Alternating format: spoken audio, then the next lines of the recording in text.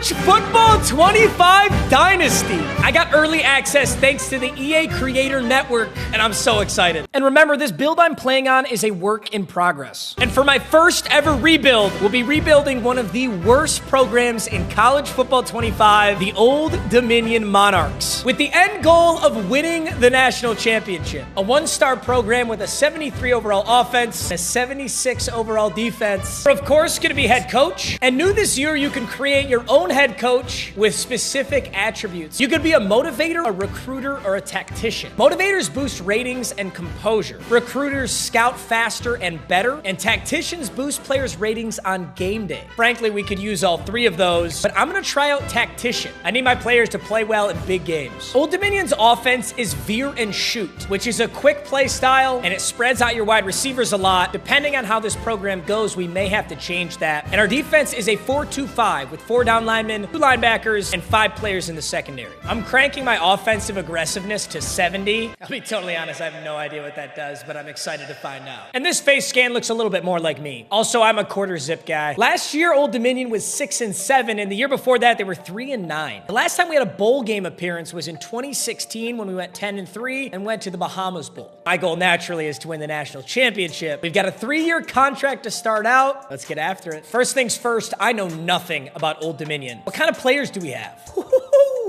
Jason Henderson. Old Dominion's got a 91 overall linebacker. That might be one of the best linebackers in the game. Jason Henderson is the 4th best linebacker in the game, behind Nick Jackson, Matt Salopek, and Barrett Carter. He was a 2-star in high school, and now as a senior at Old Dominion, he's our best player. He develops at a faster rate than normal. He's a pass coverage linebacker, 99 IQ, 98 run stopping. He's got the natural, fan favorite, and clear-headed as mental abilities, and house call, knockout, bouncer, hammer, and wrap-up on his physicals. This guy's a stud. Now, the only bummer, Jason Henderson is a senior. We'll have exactly 1 season with our stud linebacker. There's a big drop-off after Henderson, though. Our next best player is our D-tackle, Denzel Lowry, who is a junior. Our 3rd best player is a redshirt freshman, Devin Roche. He's got 4 physical abilities. He's got gold shifty. He's 5'7", 166 with 90 speed. I'll earn skill points throughout the season, and I can use those skill points to upgrade my players. So it's significantly different than Madden, where players are automatically progressing. I'll definitely be investing some time into Devin Roche. And our quarterback is not bad at all. Grant Wilson's a junior. He's a 78 overall. We'll have at least 2 really solid years out of him. After that, we're looking really thin at every other position. No standout wide receivers. There's no standout corners at all. And we're currently in a 4-2-5 defense, meaning our secondary is really important. Yeah, these corners are not gonna cut it. Our safeties are not gonna cut it. And our strong safeties are not gonna cut it. I think we need to target a wide receiver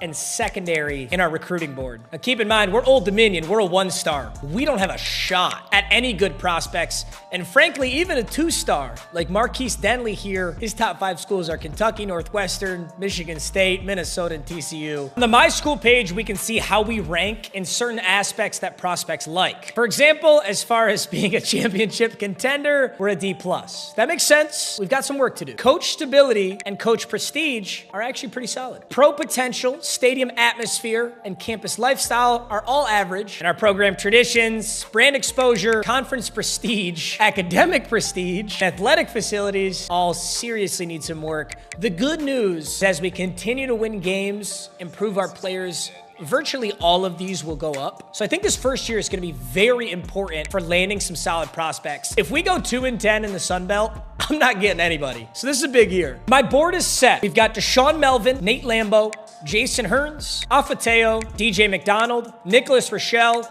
and Curtis Price. They're all 1-stars with relative interest in Old Dominion. And in the top right, you can see I have 450 recruiting hours available. I'll start, after scouting Melvin, he's in the upper echelon of the speed tier and in a god tier realm on acceleration. He's a 6'1" deep threat wide receiver. This dude is fast. His deep route is average. His release is not good. Definitely gonna offer him a scholarship if we can move the needle on Deshaun Melvin. Nate Lambo's got 55 play rec. I'm still gonna offer it to all these guys, but I don't like how that looks. picks. Jason Hearns is a relatively fast outside linebacker. He is pass coverage, and that's what I want, especially in a 4-2-5. I need 2 stud linebackers. Afateo's a free safety. It's all right. McDonald's a white corner. Let's get a little Cooper DeJean. Rochelle looks like a full-grown man. Getting an offer as well, and same for Curtis Price. We're at risk of losing a 71 overall wide receiver and a 71 halfback. Have fun in the portal, gentlemen. I'm over it. He quickly became a leader for Deshaun Melvin. Nate Lambeau likes James Madison. Hearns has got a lot of people looking at him. Afateo, we're leading the charge. Not so much on McDonald. We're close on Rochelle, and Curtis Price likes us the best too. Take a look at our schedule. Game 1, South Carolina. That's gonna be tough. Then we got ECU, Virginia Tech, Bowling Green, Coastal Carolina, Georgia State, Texas State, Georgia Southern, App State, James Madison, Marshall, Arkansas State. It's a relatively easy schedule, but we suck. I'm gonna send a house at Jason Hearns. I really like him. It's a lot of hours, but we're sending it. I'm gonna have Nate Lambeau visit during ECU week at home, and I like our odds of beating ECU a lot better than South Carolina. We'll give him some one-on-one coaching, since that's pretty much all we're good at. Yeah, it's a tough week 1 game. At South Carolina, they got a monster squad. You never know, man. We come out swinging, silence this crowd. This could be an exciting start to the rebuild.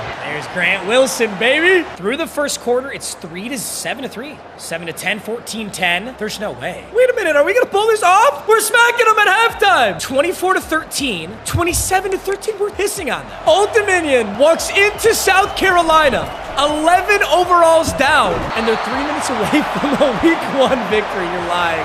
The name of the game is Chew Clock. It's 27-19. Grant Wilson to hand off to Roche. Ooh, halfback slip screen. Picks up a lot of yards, keeps the clock ticking. No. Steps up, swatted down, but there's a flag. He's gonna step up and scramble. No, he's gonna deliver. Dropped. South Carolina finds themselves at 3rd and long. It's a slip screen to their star running back, tackled. 5 on defense is making some huge plays. He's basically a hybrid safety since this is a 4-2-5. But he just made both of those plays. 4th down, they deliver! Guard the sticks, gentlemen. 1st and goal, South Carolina's only got 1 timeout left. It's back in motion, it's a screen, tackled. Do they call a timeout? No, they do. The recruits are gonna love us if we can pull this off. 2nd and goal, play action. No, get home, somebody get home! He doesn't. Criminal bag sell. If he takes off right there, that is a touchdown. Tries to throw it into quad coverage. It's 3rd and goal, over the middle. Caught. Touchdown, South Carolina. 25-27. Now for the biggest play of the game.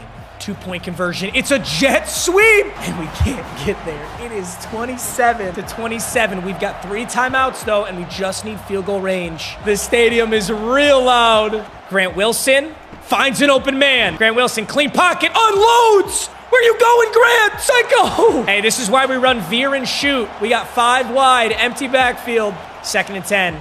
Grant Wilson, super clean pocket. 3rd and 10. Coach, if you don't get this, you going for it? 3rd and 10. A quick pass. It's caught! It's caught! Remember, these are college kickers, not Justin Tucker. That's a 55-yard field goal if we kicked it from right here. It's a handoff.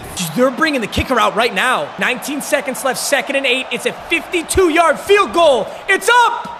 It's good! Why are you dabbing him up? You're on the other team. He's number 92, bro. My kicker's number 92. South Carolina is in Hail Mary. You need everything here. No timeouts left. You got to unload that football. And he goes down. And on the season opener, Old Dominion upsets South Carolina. The best start imaginable for a 1-star rebuild. Look at Old Dominion. Yeah, Lenora Sellers actually had a really good game. Grant Wilson was just better. 20 for 32, 3 touchdowns, no interceptions. Our run game was pitiful, though. Devin Roche, the guy I like a lot, averaging 2.6 yards per carry. Isaiah Page was our standout wide receiver with 2 touchdowns. He is a senior, though. I'd really like to see my freshman get involved. And there's my favorite player, Jason Henderson, 1.5 sacks. Nice work. Nate Lambeau does commit to James Madison. Melvin, Hearns, Teo, McDonald, Rochelle, and Price, along with Tyrone McAvoy, are all looking like they're headed to Old Dominion. After a really solid season opener, I added some new recruits. We'll see how they feel after this next week. So much for that visit with Nate Lambo, though. Next up is the Purple Pirates, ECU. How did we just beat South Carolina and lose to ECU? It was a close game, but ECU came out on top 31-28. Lost to ECU, we got Virginia Tech next. I'm gonna step in to see how this goes. At home, and it's a cloudy, rainy day in Virginia, but our fans are still kinda here. I wouldn't say the stadium's packed, but it's just the diehards in the audience when it's raining. I think we're only good against good teams because it's 21-10 at half. Now 21-24, whoa, that was quick. 31-21, 30, yikes, yikes.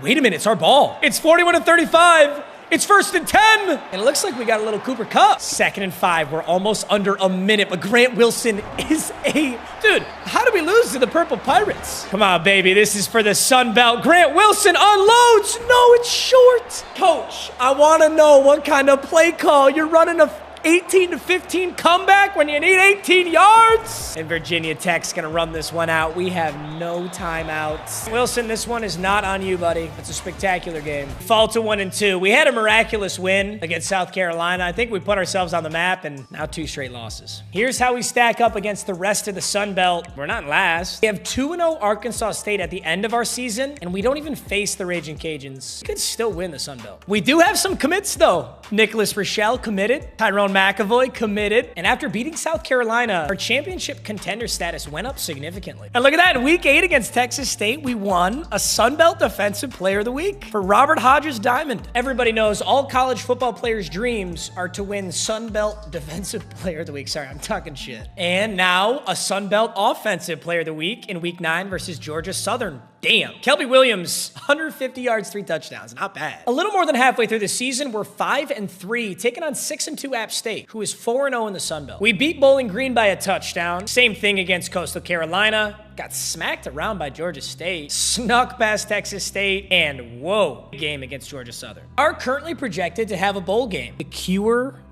Bowl beats me. It ain't the Rose Bowl, I'll tell you that. I also found this 3-star linebacker, Jason Chun. It's a long shot, but I'm gonna send the house. Let's see how we do against App State. Curtis Bryce commits. Earl Nene, hey, commits. Oh, I think we lost to App State. Got Brett Goskowski. We lost to App State. We got James Madison next. Jason Chun would actually sign with us, but we don't have his deal breaker anymore after we lost to App State. So if I can close the season out strong, he may actually sign with us. Not to mention Jason Tucker, a 2-star tight end, does want to sign with us. Honestly, I thought I'd only be able to get 1 stars, but it looks like 2 and 3 stars are very viable. I'm spending a lot of hours on Calvin Zimbrano, Brian Camella, and Earl So, D-tackle, left guard, and wide receiver. I really didn't think I'd be able to get solid guys like this, but it's possible. Another commit, and we beat James Madison, which makes us a B- championship contender, which means we can still land that 3-star linebacker. And our next game is against 2-8 Marshall. This should be an easy W. And there's Afateo committed, Greg Tobin committed, Calvin Zambrano 3-star. Wait, solid recruiting class. We are the front runner for 3-star Zambrano D-tackle, the front runner for 3-star Camella, and tough competition for the 2-star wide receiver. And our final game of season 1 is against Arkansas State. Also in the Sun Belt, they're 8-3, we're 7-4. This is a huge game. So Arkansas State is 6-1 in the Sun Belt. We're 5-2. So if we win here, I think the head-to-head matchup should make us first in the Sun Belt. No scoring in the first quarter. Arkansas State now 10-0, now 10-7. Oh no. Oh no. 13-21, 21-21. 24-21 victory formation for Grant Wilson. We're gonna beat the Red Wolves, and I think we're gonna win the Sun Belt. Let's go! Old Dominion, 24-21, huge. Now granted, we've got a long ways to go to win the national championship, but we have proven one thing. We can beat a good team. We beat South Carolina. I mean, we got spun around by Georgia State, but wow, that's an awesome first season. Oh, we're not at the top of the Sun Belt. I forgot about App State. We come in second in the Sun Belt, but App State, 7-0. So that's our team to beat right now. We already lost to them this season. Also, the Sun Belt is broken up into the East and the West, so technically Arkansas State is at the top of the West, but Jason Tucker, our first 2-star commit, the tight end, is headed to Old Dominion. 8-4 in the regular season. Here's how my coach abilities are looking as well. So we're a tactician. I've got points in all the starting abilities. So for example, I get boosts to throwing attributes, run game attributes, receiving attributes, maxed out the O-line, had to do it. I love my O-line. And this right here is exactly why I chose Tactician. Frankly, I don't think we'd be 8-4 on this season if it wasn't for Tactician. Keep in mind, when you choose a coach's archetype, it does lock off the other archetypes. So I could have been a motivator, but that's locked off for me right now.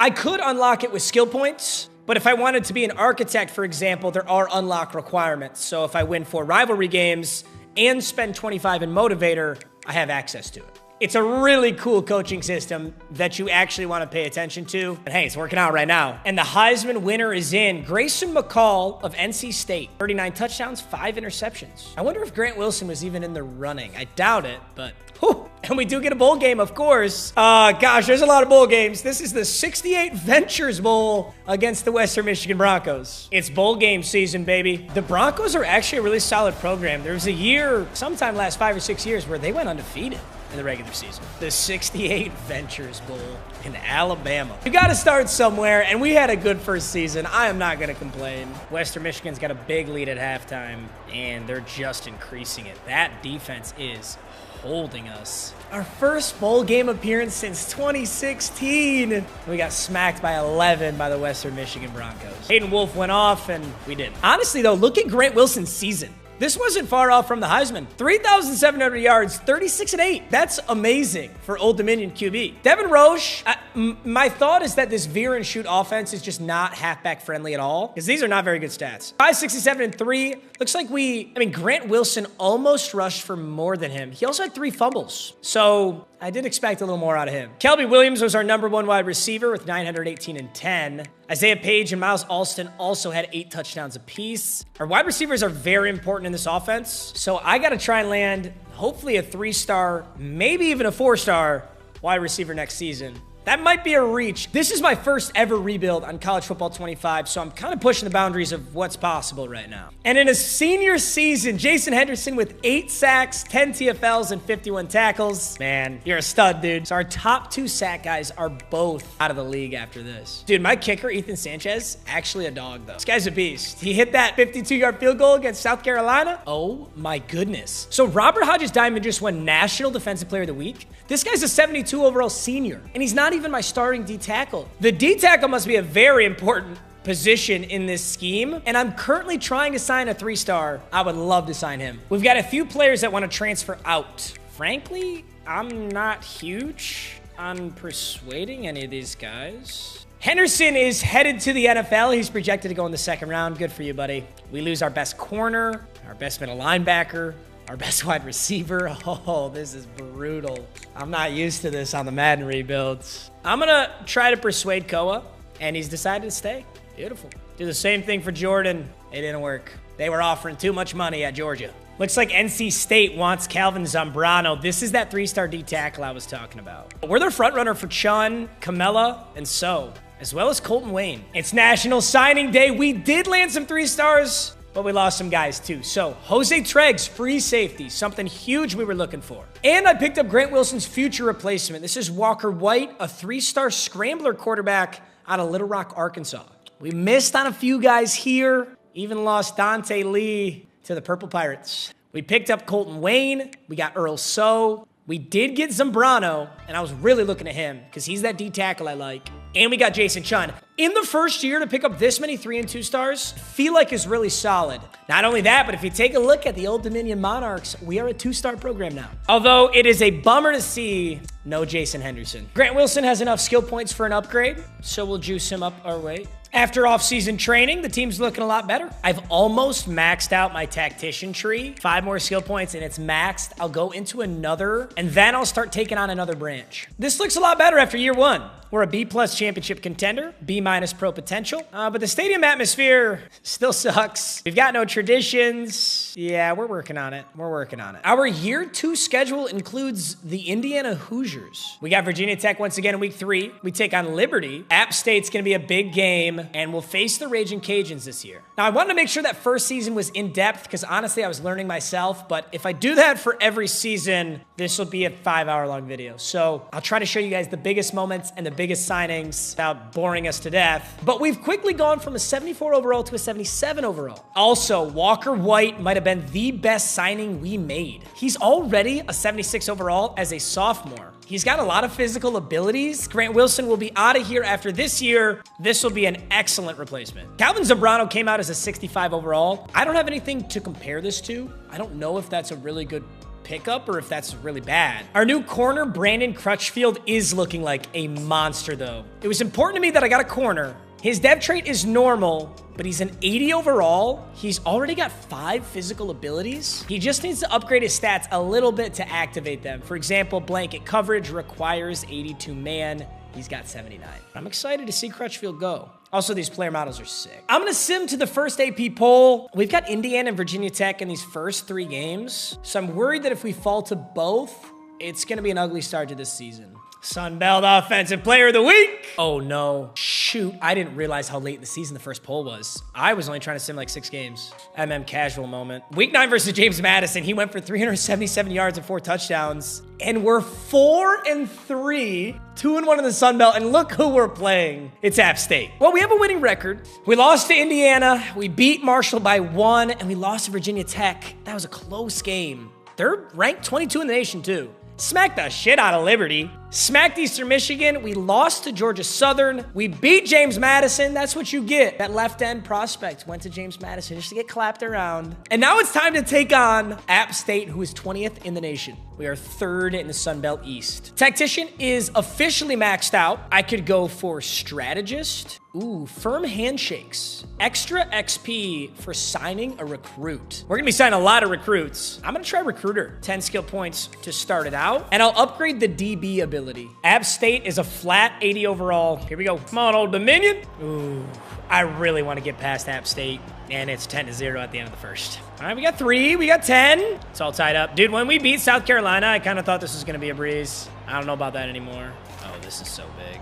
Down by 3, it's App State ball. We need a huge stop here. Come on, we're at home, boys. They're ranked. Can we beat a ranked program? This will be our first time beating a ranked team. 2-minute warning, we've still got all 3 timeouts. We kind of got to get the stop right now. There's a handoff. We knew that was coming. Another handoff. That's 4th and 5. I don't think this is field goal range. That's a punt. That's a pooch punt. My kicker can do it. Is that a punt dot?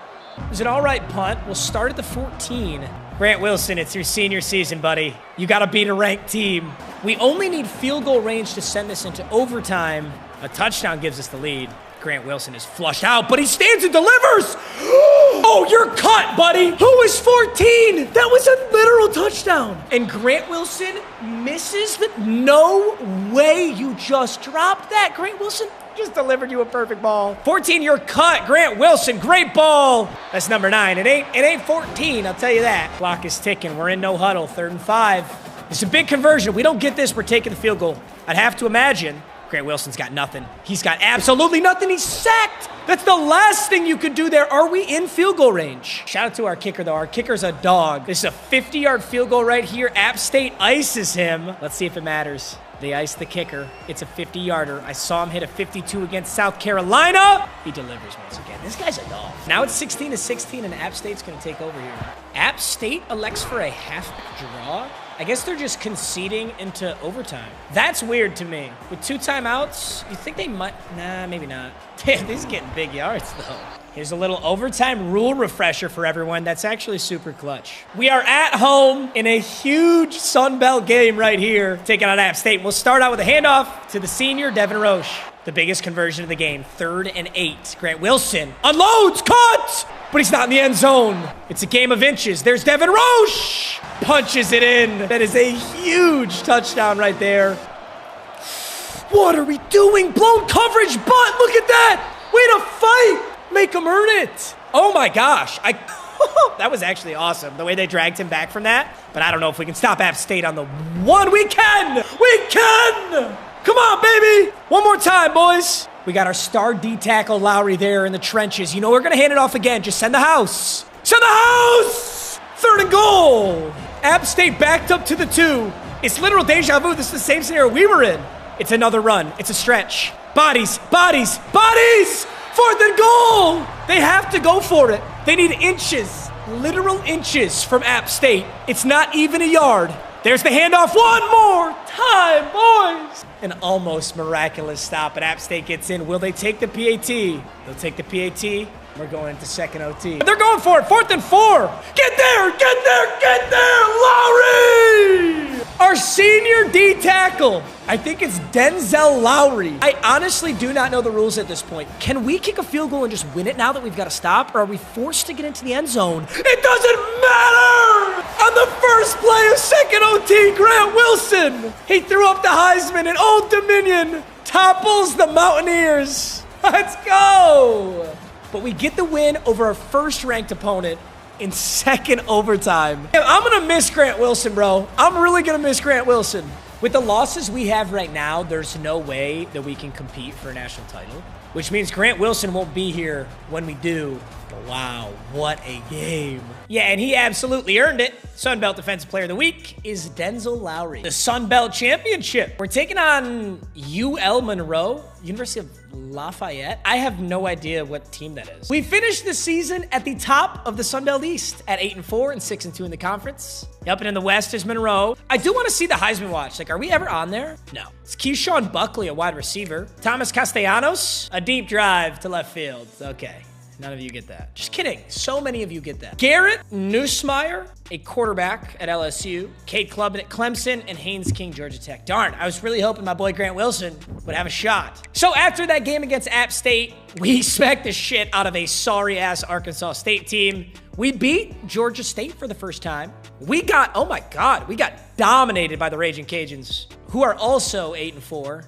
And we smacked a pretty pitiful Coastal Carolina team too. And that takes us to our first Sun Belt Championship. Grant Wilson had another really solid season. It is slightly worse than last season, but still really good. Devin Roche, great season. I mean, a big improvement, but overall, yeah, halfbacks are just not very dominant in this offense. Although, as I look across the nation, I think my thoughts are just kind of inflated because of Madden. Because when I look at most programs, running backs are getting 600 yards. I mean, Nebraska here, you got Dante Dowdle with almost 1,000, but let's actually see. Who in the nation had the most rushing yards as a halfback? Nicholas Singleton, Penn State, a 98 overall running back, had 1,280 yards and 14 touchdowns. So that's kind of what you could expect. The best receiver in the league was Josiah Freeman. The most sacks in the entire nation was 6.5. Really? That is shocking. Jason Henderson had that. Wow. And Miller Moss of USC has the most passing yards. So these are really good things to note in a dynasty, because obviously USC is a good team, but it also tells you a lot about playbooks. Like USC's playbook, definitely pass dominant. Clemson's playbook, definitely pass dominant. 49-6. Yeesh. LSU, I mean, some of these teams are pretty obvious, but, you know, Toledo? John Allen Richter of Toledo, rocking 4,100 yards. Ryan Ramey is 5th in best corner, although it doesn't even look like he'll resign because of my coach resign. I have too many Madden terms in my brain. Could we secure our first ever Sun Belt Championship right here? I shouldn't say that. I'm sure maybe at some point Old Dominion's won the Sun Belt Championship, maybe. I don't know the history of this program. Look at the averages here, 475 yards per game. 7-0 at the 14-0 at the end of the first quarter. Come on, baby, give me that. Oh my God, it's a beatdown. Mercy rule, 28-3, now 28-10. Don't choke it. Don't choke it. I saw this happen against Virginia Tech. 28-17. Jeez, the Sun Belt Championship was a beatdown. They had home field advantage too in front of all their fans. Oh, that's brutal. Look who it is, Grant Wilson. I'm gonna miss you so much, Grant. An easy dub here. Congratulations, you have won the Sun Belt Championship. I know it's nothing crazy, but the fact that they even show you a screen for this and there's like little fireworks does make me very happy. Another Sun Belt Defensive Player of the Week for Jerome Carter, the freshman, and an Offensive Player of the Week, why not? I mean, there's only one Sun Belt game this week, so obviously we were going to get them both, but Thomas Castellanos, but he doesn't even have a face scan, and he won the Heisman. No, I'm kidding, guys. He does have a face scan. That's actually what he looks like. If you watched Boston College football, you'd know that. 44 touchdowns and 1 interception is an absurd stat line, though. Ooh, wait a minute. We got the Camellia Bowl taking on Kent State. So in 2 straight seasons, we do have a bowl game. We lost last season's bowl game. A quick look at our recruiting board. We're in a tight race against our rival App State for 3-star Eric Vega, Lamarcus Cernsey is a halfback. Eventually, we got to replace Devin Roche, and we are clearly in the lead on him. A 2-star left guard coming our way. A 3-star safety coming our way. Probably not going to win here on Bozier. Lawrence Cole, this is that backup. Oh, wait. I kind of forgot about this. There's position athlete, where technically, like, their position is up in the air. I don't fully understand it yet, but Lawrence Cole is a quarterback. I think when I was initially drafting him, I thought he was going to be a wide receiver, maybe? 6'4", 192, I guess that is a quarterback build, but I'm still honestly learning. But a solid class. We've got multiple 3-stars coming our way and hopefully a few 2-stars as well. Bowl game season once again. We fell last year. And these fans have earned it, man. They haven't had a bowl game win since 2016. It's been almost 10 years at this point. They came all the way out last year, saw a loss, and hopefully it's a different story this year. It's another bowl game in Alabama. Kent State starts with three of our own. A lot of field goals here today. Let's get in the end zone, boys. 10-6, 17-13. Ooh, this is going to be a good one. I love to be able to come in at the end of the game and see what goes down. It's 20-20, 27-20. We've got a touchdown lead with 2 minutes and 30 seconds left. It's 3rd and 11. He gets right through the middle, but it's a screen. No wonder he got through. Roche fought his way, but that's going to be a punt. There's the 2-minute warning. Kent State's going to have a full drive, 3 timeouts to get in the end zone. Are we going to go into overtime again? Ooh, not a great throw. Now, keep in mind, I think the star only indicates one of the best players on that side of the ball, but if your whole team is bad, I don't think a star means nearly as much. It's not like X Factor in Madden, because every X Factor in Madden is a really good player. Jeez, they are just rifling it down the field right now. 1st and 10 with 1:20. They're getting down the field so fast, but that's a sketch. 3rd and 10. The Monarchs could come up with a huge stop here. Unloads. Dude, great defense. 4th and 10, boys, for our first bowl game win. This would all but seal it. 4th and 10. He unloads deep. Defensive pass interference. Oh, that's defensive pass interference. Shoot. Not only that, but it's a 15-yard penalty in college, which is actually going to give them extra yards because that was only 10 yards on field. No! He threw into double coverage. We did not need to do that. And on the next play, they're going to pick up 11 instantly. Timeout Kent State. That's a big mistake. He's getting chewed out in film. There's a handoff, but I tell you what, our run defense this year has been really good.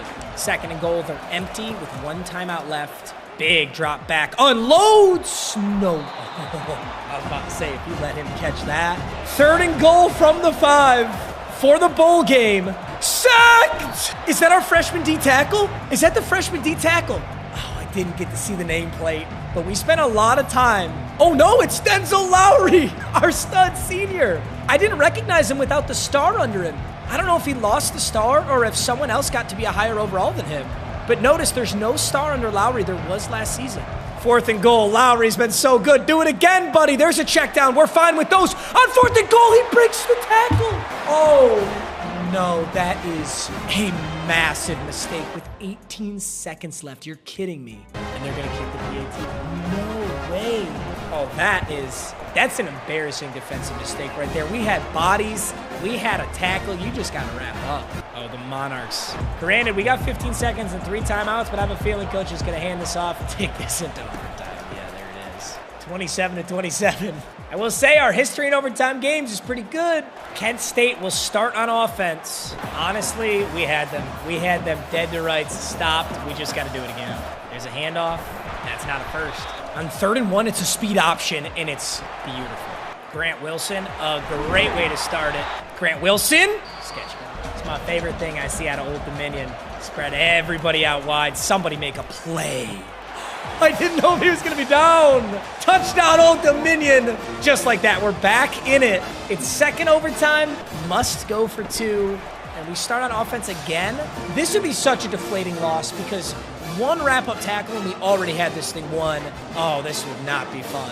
Look at this. It's gun stack. I didn't even know we had that in the playbook, but it's a freebie. Dude, we are so good in overtime. Wait, Matt, don't say that yet. This 2-point conversion is massive. We haven't played defense yet. It's 40-34. It's a handoff. We are not a run game team. I do not like that play call, Coach. They've got to score and get the 2-point conversion, or we're going into 3rd OT, and they come out. 1st and goal, the field closes down. I think the best thing they could do for us here is run the ball. Uh-oh, I don't like this anymore. There's a check down. He's out of bounds. Oh, caught off the tip. House that bitch. House that the game's already over, and he's still gonna house it. Let's go! Ryan Ramey, he almost won Best Defensive Back of the Year. And no wonder he's our star player on defense. He just ran the score up to 46 on a second OT, tip drill pick 6. Holy shit, I'm 80% bricked. I'm literally actually hard right now. Let's go! This is one of those games where if you look at the box score, you'd think we blew them out. In reality, we go second overtime and pick 6 it. I also gotta say, man, Old Dominion has some clean-ass colorways, bro. These all powder blues with the white helmet. What a sick choice for our first bowl game win since 2016. And that ends our season 10-4. We win the Sun Belt Championship. We win our bowl game. We almost could be in the college football playoffs next year. That is so aggressive for this being a one-star program, but I guess it's technically possible. A little luck goes a long way, though. I don't think a one-star rebuild is ever going to be this easy for me again. We win the Camellia Bowl. Let's go. I'm also going to unlock the motivator section of the skill tree. This is really interesting. You get bonus XP for quarterbacks when your quarterbacks are drafted in the top 3 rounds. I know it sounds kind of weird, but remember when Jason Henderson went in the 2nd round? So if I had, for example, linebackers, I would get bonus XP for all of my linebackers when Jason Henderson was drafted in the top 3 rounds. It's pretty cool. Not only that, but the 2nd and 3rd trees on this are really, really good. For example, if you get tier 4, your quarterback starts the 4th quarter hot in all close games. So I'm going for that next. That is really cool. I definitely like that motivator tree better than the recruiting one. Ryan Ramey, Sun Belt Defensive Player of the Week, baby. So obviously we didn't make the college football playoffs, but if you were wondering, Clemson beat Texas A&M.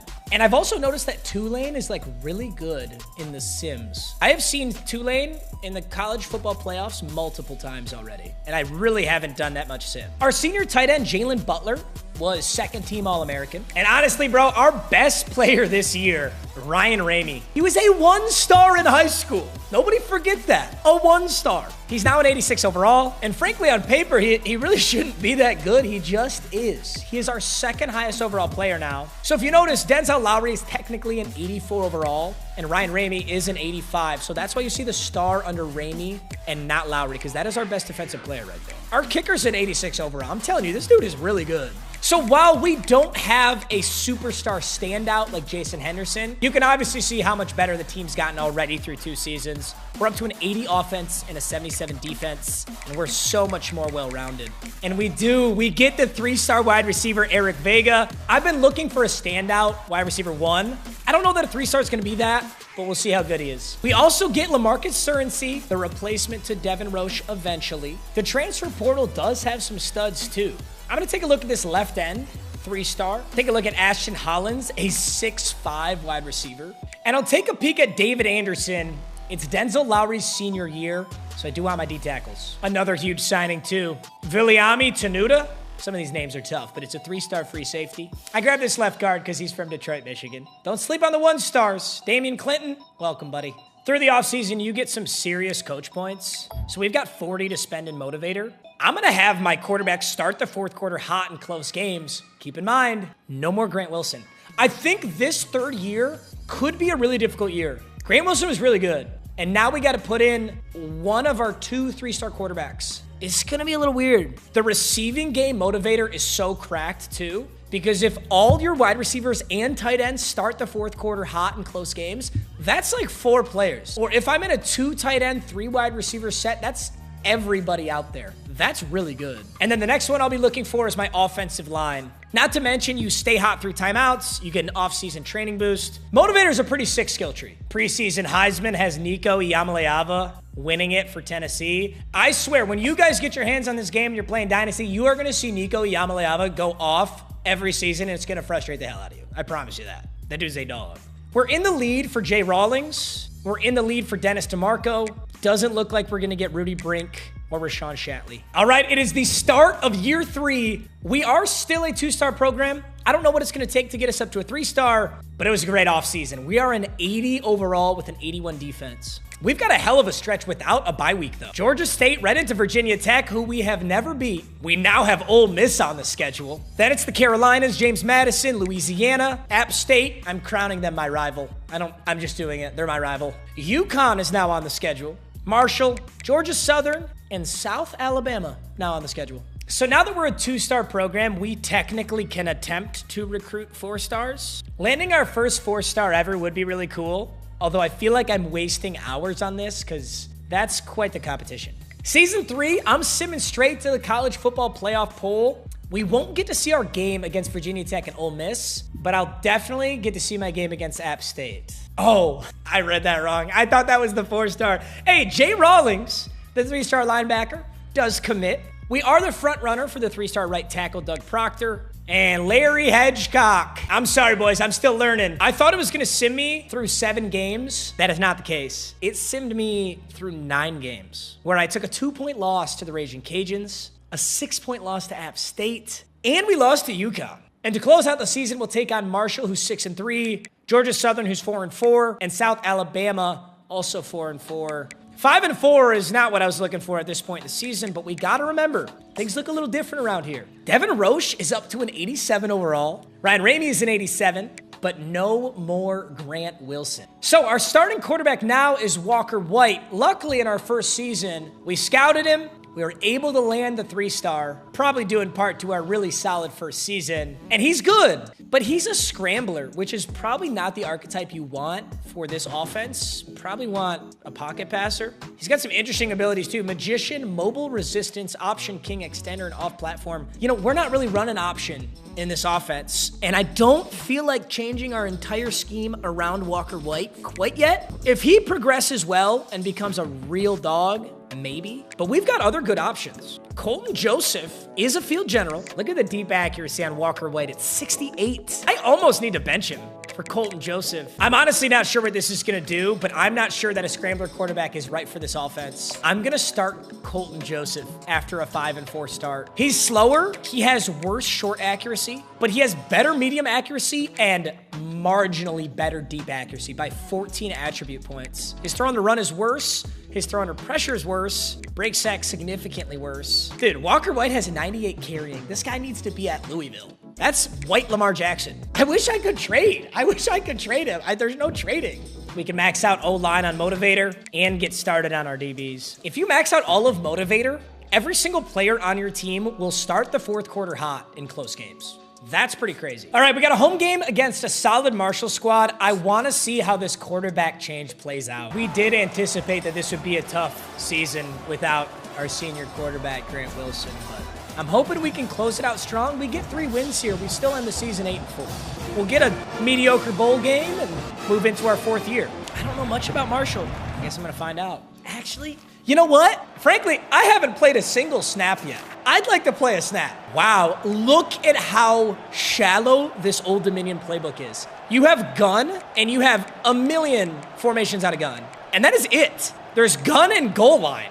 Yeah, the scrambler quarterback was not the right call. Colton Joseph is in. This is his first ever start, taking on a 6-3 Marshall team. That's a bold head coaching call. But I'm going to hammer the ball to Devin Roche, who is the best player on this offense. Ooh, he's got him. Look at that beautiful ball to Roche. 68 deep accuracy. I wish I had seen that sooner. I just hadn't paid attention to it. I saw that he was a good quarterback. I assumed it'd be solid, but that was an oversight by me. Can't make that mistake again. Pocket collapses, and you're not a scrambler. Let's get a little bit of time in this pocket. Oh, all-out blitz. Got to get that out quick. We got a lot of room. But you are not Devin Roche, and you are not going to make that shoot. Darn it. Is this another blitz? No. Linebackers drop back. There's a small seam for the tight end. Dunbar's got it. Let's not complicate things, gentlemen. That's an 87 overall Old Dominion running back. We're going straight up the middle. I don't want to have a heavy influence. I got my touchdown. Let's get out of here. It's 14-14, now 17-14, now 21-27. Damn, Marshall can score. Oh, Marshall can really score. Jeez, chill out. That might be the most points we've ever had scored on us right there. Also, hello? Who wants to explain to me how Marshall scored 1 point in the first quarter? Did I see that correctly? Did Marshall score the 1-point safety in the first quarter? We haven't ran into this problem yet, but we're going to struggle to retain some of these players if we can't win these next 2 games. Because a lot of our players want to play for a championship contender. We ain't contending for shit. I'm not winning in the Sun Belt. I'm going to sim through Georgia Southern and South Alabama. Hopefully those are wins for us. And at 7-5, I don't expect us to have a bowl game. But I don't know, there's a lot of shitty bowl games. You never know. The 2026 Heisman goes to Zion Chris, senior quarterback at LSU, threw for 46 and 4. I'm interested to see how our quarterbacks did, especially with that QB switch. Hey, and we do get a bowl game. Taking on the Memphis Tigers in the First Responder Bowl. Beggars cannot be choosers. Oh, whoa, why am I taking on the 10-3 Memphis Tigers? All right, let's take a look at these season stats. Walker White threw for 2,521 and 8, but look at this. Colton Joseph only played 3 games, but in those 3 games, 918 yards, 8 touchdowns, 0 interceptions. He has a significantly higher QBR. This was the right decision. I'm sorry, Walker White. I love you. This was the right decision. We need a field general back there. Roche had a really, really solid season. He's only a junior, so next year's his senior year. He's gonna be one of the best backs in the league next year. I have not been doing a lot of keeping track on my wide receivers, I won't lie, but our best wide receiver right now is TJ Lott, 822 yards and 11 touchdowns. Here's Earl So, who we recruited in the first year, who went for 743 and 6. This offensive scheme really spreads the ball out, though. There's clearly no true wide receiver one. I guess TJ Lott got about 20 more receptions, but still, I mean, 74, 51, 57. Early Newsome, 76 overall. And Deshaun Melvin, a 67, got some solid reps. Quan Dunbar, that tight end, he's good. Defensively, DeAndre Lynch got home 4 times. Christopher Spencer, 3.5. I need to check in with my roster. Who's the best player on our defense right now? So here's the full roster. Got a solid left end, a very solid right end. D tackles are shallow. I've honestly been trying really hard to get myself another good D tackle to replace Lowry, and it has not been easy. Zambrano's the guy that I thought was going to be a dog. He's still got a lot of time to develop, but he's only a 68 overall right now. Mario Thompson's looking good. Steven Scott's looking really good, and he's got a good backup. Koa Noatala looks like he's probably the highest overall player on our defense behind Ryan Ramey. Ryan Ramey's our real standout, dude. Look at our DB room, though, because this was the biggest thing that we sucked at the start of the year. Ramey's a dog, and we've got 3 sophomore corners, 80, 81, 83. I'm really proud of us for doing that. Safeties have taken a step up. Strong safety's still a little shallow. And we no longer have... Oh, Sanchez, our insanely good kicker, is gone. That actually sucks. We have 2 freshman kickers. Both of them suck. Jaden Michaels. We got a very athletic kicker. Memphis Tigers have sick helmets. That's about all I know about that program. The First Responder Bowl. Wow, that is a packed stadium. I guess Memphis did go 10-3, so they're probably pretty geeked up for this game. And it's a very fair matchup. 80 overall, 80 offense, 81 defense. Memphis starts with 7, now 10. Hey, our kicker. Nice work, buddy. 10-10, 17-10, quick. 17-17. We got a close game here, baby. 24-27, 34. Damn, how did they jump up like that? We lost our senior quarterback. We had a mid-season QB change. We get a little bit of development under the belt on our squad, though. We're a lot younger than we've ever been. I like our odds for next year. At least, hey, we're still a winning program. 7-6. It's not the best, but I'll take it. Well, we had a player drafted, just not in the top round. Ryan Ramey, no longer a Monarch. Man, he was awesome. I really loved him. He got drafted in the 7th round, so best of luck to him. A few of the signings we made this season: Jay Rawlings, left outside linebacker. We got Dennis DeMarco, wide receiver, and Doug Proctor, right tackle. Those are the 3 stars. We got a 3-star fullback. I just thought it would be funny. Honestly, he doesn't have a lot of a role on this team. Denard Boykins, free safety. And we're still waiting for a few decisions. Heading into year 4, here's our best players. Roche, now a senior. He's got 4 physical abilities. He's an 88 overall. Steven Scott's our next best player, middle linebacker. Spencer Dow, the center. Walker White, up to an 82, but I'm still not starting him. I just can't do it. Colton Joseph's now an 81, so he's kind of closing the gap. I'd love to unlock Master Motivator. I need to have 5 players drafted. So far, we've only had 2, so we got to make this a 3-star program, though. We're still a 2-star. At the start of the season, I'm making the switch. I'm sorry, Walker White. I keep wanting to say Walter White. Jesse, we need to cook. I'm sorry. Schedule this year includes a season opener against Kentucky, my arch nemesis, Virginia Tech, who I literally can't beat, UConn, who we lost to last year, and then the standard teams and App State in week 10. Holy shit. The year 4 sim to the first poll just got finished, and for the first time, probably in school history, but for the first time in our rebuild, the Old Dominion Monarchs are a top 25 team. We're ranked 17th in the nation, if I see that correctly. We're 7-1, 4-0 in the Sun Belt. Who did we lose to? Oh, and look who our next game is. Our next game is against App State, who's 5-3. We were 7-1, 20th in the nation. Oh my God, whoa, we started off the season so hot. We beat Kentucky. We beat Virginia Tech. Granted, Virginia Tech does suck this year. They're 4-4, but okay, Kentucky's 4-4 too. Okay, so maybe they suck now. FCS Northwest, they got beat. We lost to UConn, who's 3-6. Hello? Put up 3 field goals against UConn. Dropped a 60 burger on Southern Miss. Yikes. Smacked Georgia Southern. They are horrible. Barely squeaked past James Madison. They're not bad. And beat South Alabama by 2. They're also really solid this year. And to close the season out, we've got App State, Georgia State, Marshall once again. I want my revenge on Marshall. And a 2-6 Coastal Carolina team. If I close the season out without a loss, I might make the college football playoffs. Yep. 20th. Sorry, I thought it said 17th, but we're not. We're 20th in the top 25. I love how 5-3 Ohio State is still 19. 6-2 Washington is first in the nation. It's a little goofy. After so much success, it's exciting to look back at our school, though. So we're A- championship contender, B+ coach stability, and B- coach prestige. These are pretty hard to get up, though. I mean, what can I even do about academic prestige? Is there anything I can do that? There's no way to improve it. Yeah, it can't be improved at all. I was looking at this 4-star tight end, but Akron has kind of jumped in the lead. I'm going to send the house, see if we can pull him through. Look at this dude. It's Robert Kenyon. He's just simply position athlete. I have no idea how this works, but I'm going for him. He's a 4-star something. Scouting should tell me more. Oh my gosh, it's blocking. Are you a fullback? Oh no, if he's a fullback, that's not good. I'm sending the house at a 4-star fullback. What are we doing in Old Dominion? I gotta switch the offense if we've got 2 elite fullbacks. For Devin Roche's senior season, I would love to beat App State one more time. At home here, it is a night game. It is a raining night game. Oh, that looks so beautiful. Look at the fans. Remember when the stadium wasn't packed, boys? Remember when no one showed up to the last rain game? Pepperidge Farm remembers. Scoreless through 1. App State gets a field goal, then a touchdown. No, dude. Don't let me have the best season ever to fall to App State, please. 16-7, 16-14, 21-16. Oh boy.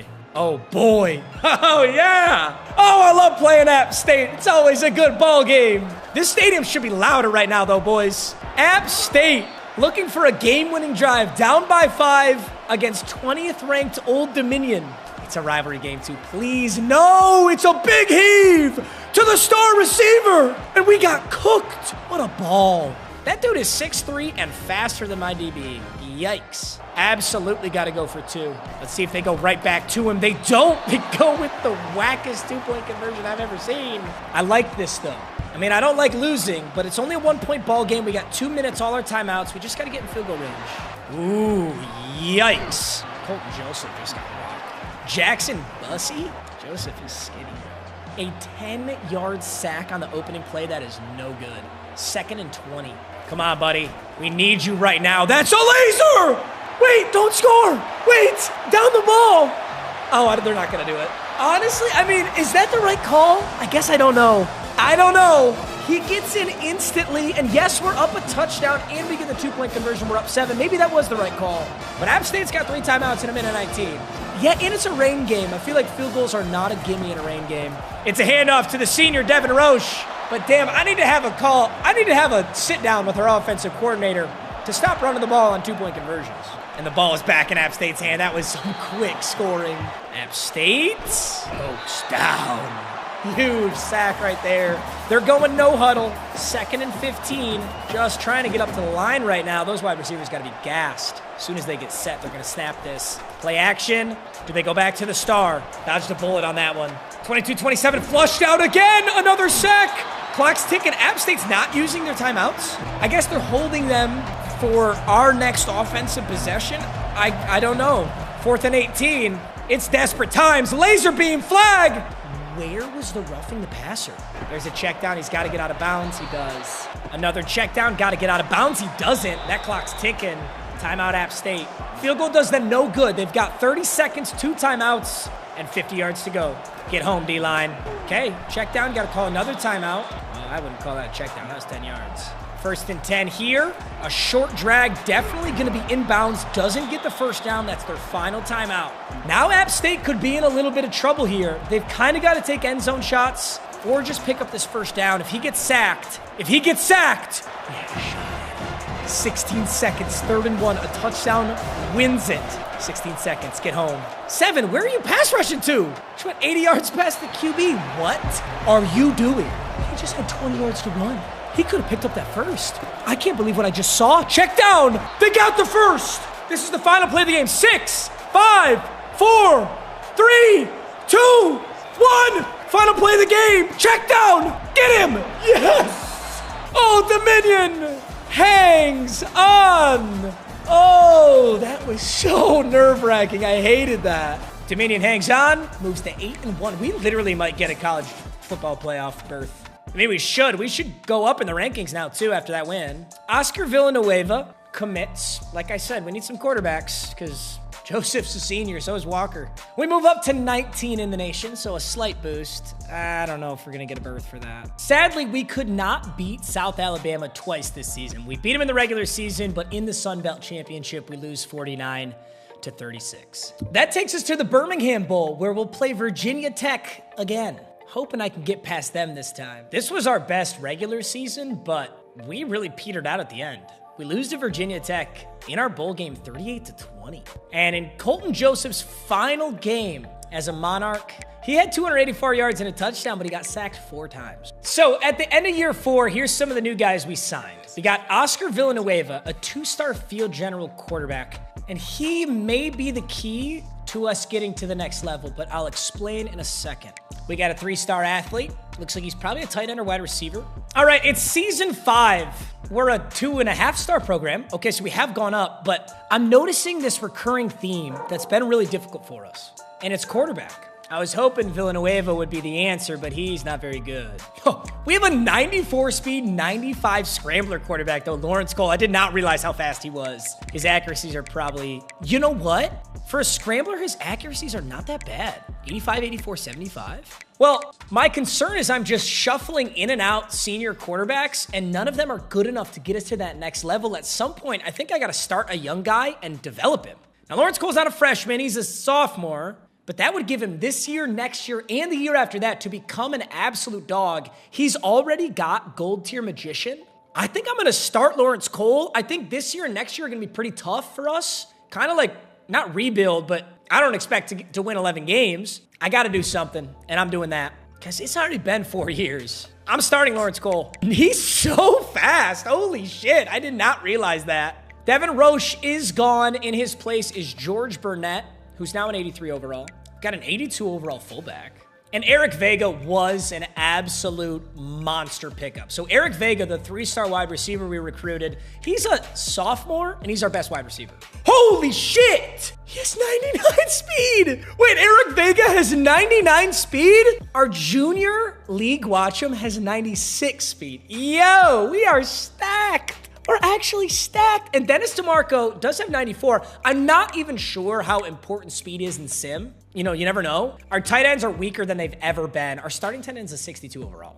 So we definitely got to draft that. One of our best players on offense is Theo Batchelder, left tackle. And going into year 5, here's a full overview of the program. Our best players are 2 seniors, of course, Holloman and Batchelder. Jason Chun, who we recruited a long time ago, is all the way up to an 84. I haven't had anybody reach Jason Henderson levels, but I still like him. Olatu Judah, corner. Crutchfield, still such a good player for us. And then Vega, the sophomore. That's really good to see. 94 speed, 95 Excel quarterback is making me think we should switch our scheme. You know what I'm gonna do? I'm gonna look at the season stats. Or no, let's look at, I'm gonna look at the national rushing stats. All right, I'm looking at national rushing stats. Joshua Douglas has the absolute highest rushing stats for any quarterback. He's on James Madison.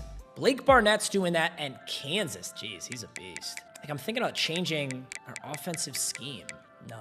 Or maybe because he's so fast, maybe he'll take off more. This is a pretty big risk, but I'm just going to see how this season goes. On our schedule is Virginia, Virginia Tech, App State, Marshall. Slightly different, but more or less, we know what to expect. We've almost maxed out Motivator. I probably won't put anything in Specialists. I don't think that's worth it. And we're close to getting Master Motivator. We need to get 2 more players drafted to the NFL. Now, for Master Tactician, we need to win 10 top 25 games. We've hardly played in any, so we're pretty far off on that.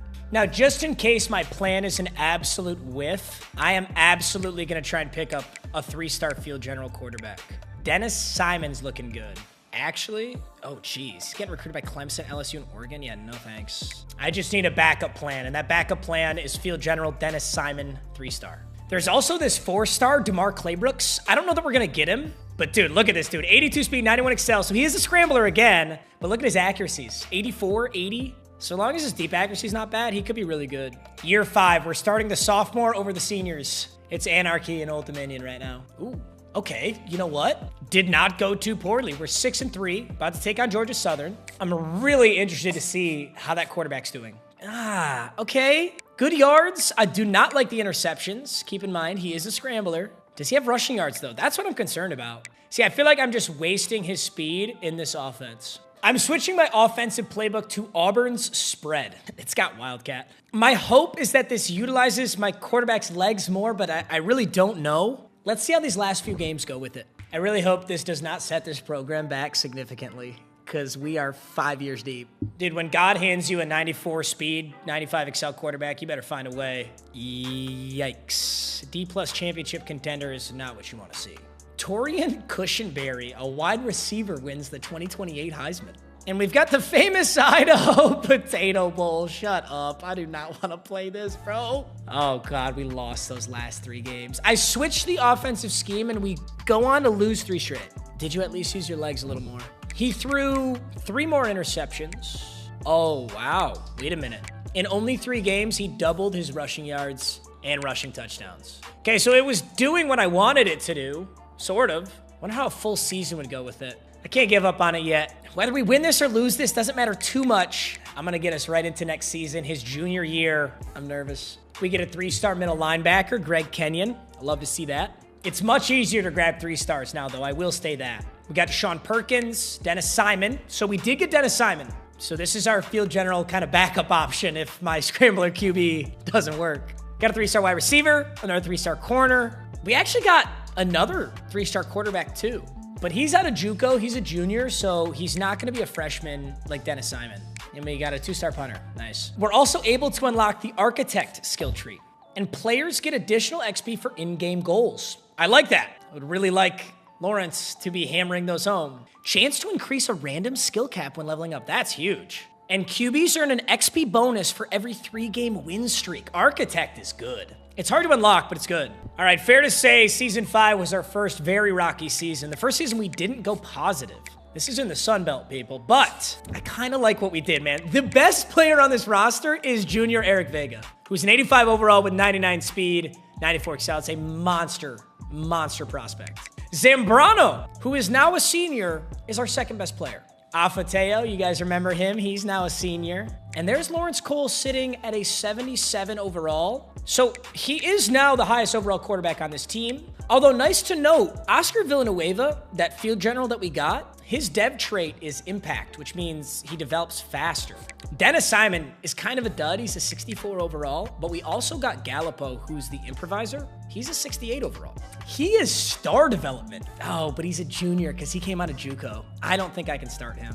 Lawrence Cole is actually star. I didn't even notice that till right now. Lawrence Cole is star dev, which is higher than impact. He develops faster than that. I gotta stick to Lawrence Cole, dude. I think my best chance to really get in the college football playoffs is a really good season here out of Lawrence Cole, and that takes us home. That's my hope. We need a good season here, though. We really need a good season here. It's literally the best thing I could see. 6-2. Okay, but granted, last season we were 6-3. We went on to lose the final 3 games of the season. But we're taking on App State, my rival. What are the stats looking like for Lawrence Cole? Oh, Lawrence Cole! I believe in you, buddy! Look at how much better he's doing. I mean, mainly the touchdown-interception ratio is massive here. 2,090 yards, 18-2, and on the ground, 335 and 3. Okay, so we're still not getting this ridiculous usage out of him, but he's averaging 4.7, and Lawrence Surency averaging 6. So our ground game has gotten significantly better since switching the offense, but if we don't win anything, it doesn't really matter, right? Eric Vega on 39 receptions has 740 yards. Dude's averaging 19 a catch, and he's got 7 touchdowns, but still Earl So is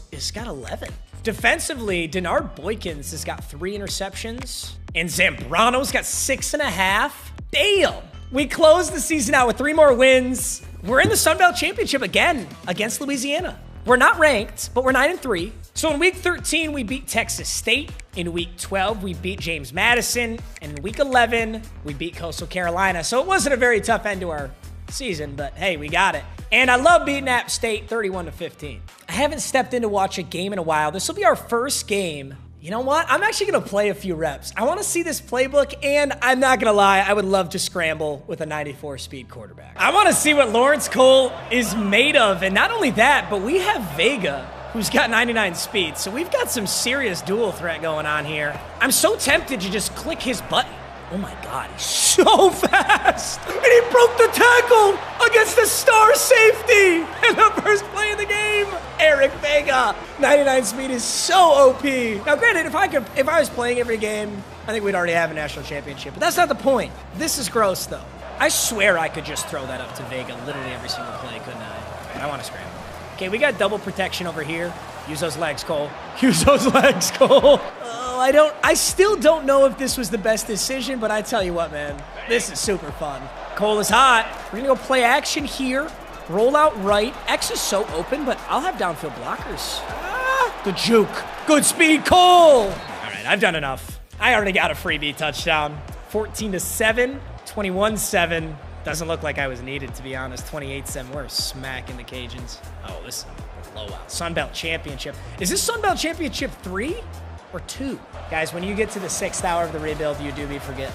I'm not lying. But hey, 37-14, the Sun Belt Championship is back home at Old Dominion. 373 passing yards, 5 touchdowns. Hey, keep in mind, I only did one of those. Sun Belt champions, baby. 2029 Heisman is a Notre Dame quarterback. 40-8. It's really not that good. It's got nothing on Castellanos. Taking on Northern Illinois Huskies, and I'm back in the 68 Ventures Bowl. History does repeat itself. They're 7-6. This should be a W, honestly. I'm going to let Lawrence Cole do his thing. I'm not checking in on this one. 10-4 tells me we lost. And we take a 28-24 loss to the Huskies in the Ventures Bowl. Damn.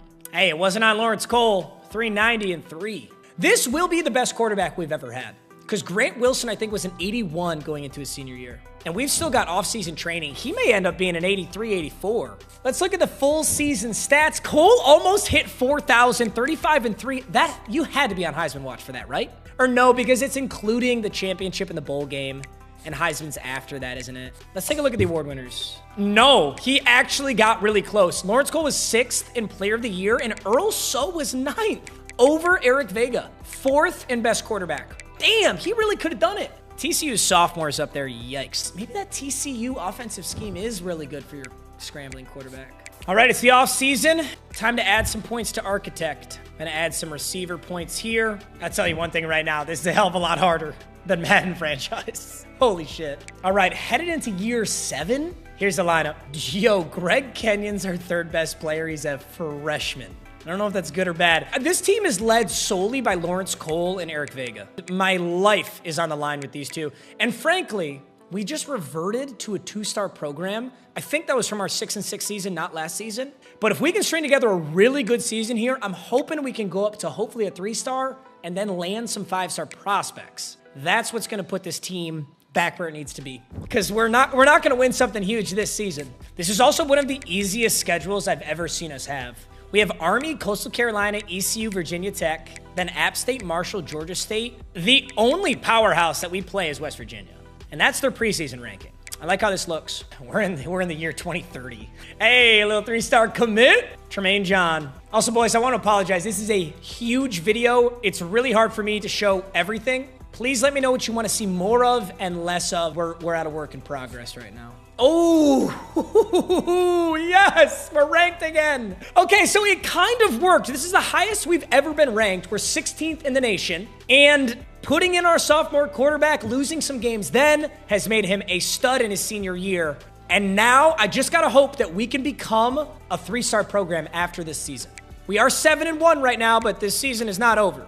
Lawrence Cole's having an excellent season once again. 21-40, 19 touchdowns, 4 interceptions. And he's got 259 on the ground and 3 touchdowns still. I still want to use him more than this, but I got to figure out playbooks first. Certainty's having an okay season. Looks like the Sean Perkins is getting a lot of reps. DeMarco. Oh, Vega. Eric Vega is like, this is wasted talent right here. He's wide receiver 1 and slot wide receiver. I don't know why he's not getting more targets. His rack yards are monstrous for how many receptions he has. He's just, I don't know. Let me go into the depth chart and ensure that he's where he's supposed to be.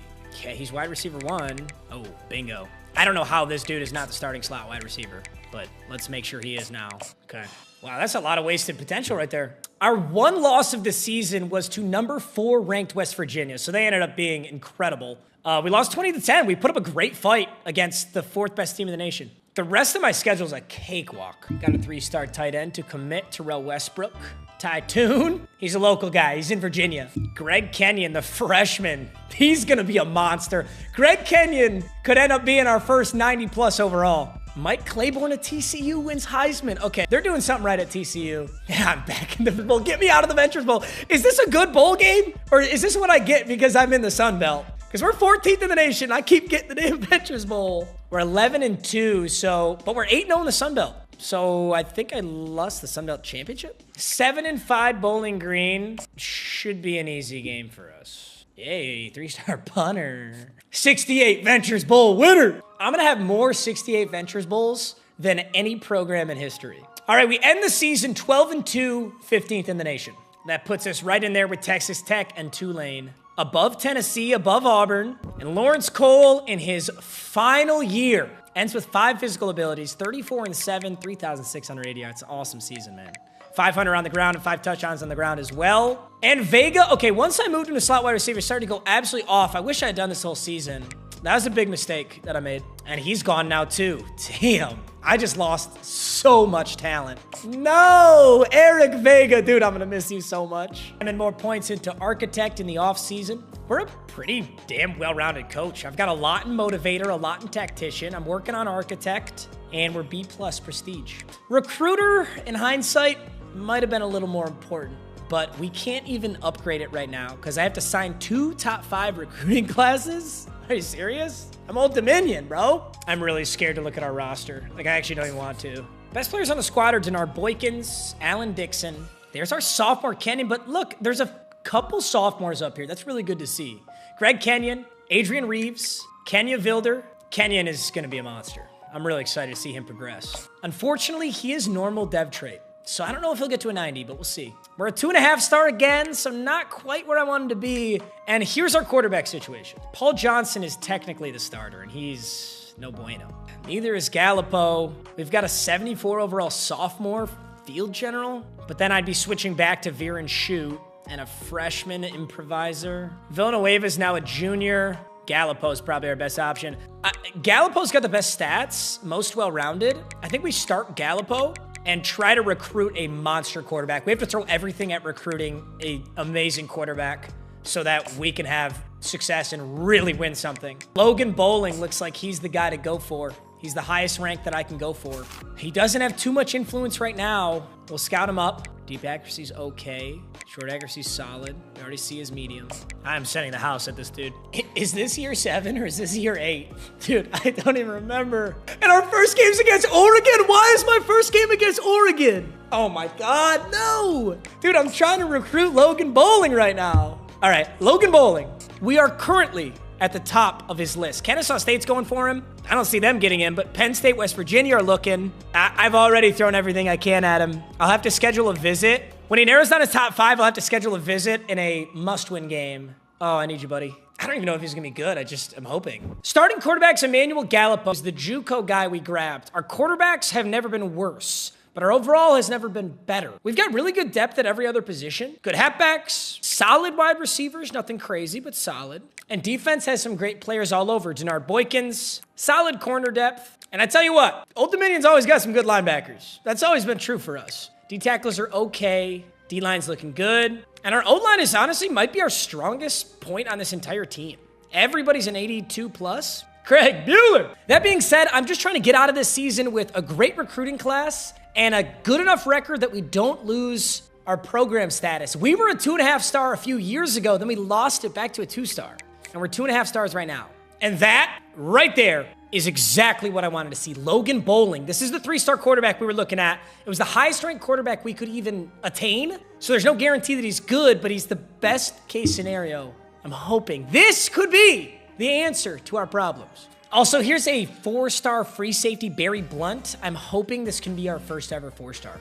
We're low-key kind of close on this 4-star. Notre Dame's in front of us, but until he narrows down his top 5, we can't schedule a visit. And this is definitely our best recruiting class so far. We are consistently landing 3 stars, no 2 stars, no 1 stars, only solid guys. Deshaun Perkins, our sophomore, has been very consistently winning awards. 11 receptions, 207 yards, 3 touchdowns. I moved him to slot wide receiver, and similar to Madden, that gets you a lot of targets. The 2031 Heisman was Penn State's quarterback, DJ Tiffin. And we've got the First Responder Bowl taking on Tulane, and Tulane's usually really good in these sims, so let's find out. I'm excited to play a new team. Now, I'm not gonna lie, this is my first time looking at it because I've been so focused on recruiting, and I kind of put the season on autopilot.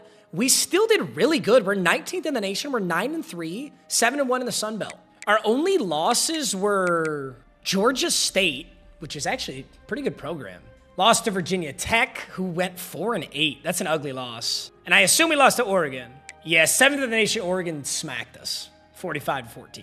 So those are our 3 losses on the season. Barry Blunt committed to Notre Dame. Shoot! We were really up there, though. Look at this. I mean, look at the competition. Notre Dame, Penn State, West Virginia. We were the 2nd in line. We were very close to getting a 4-star.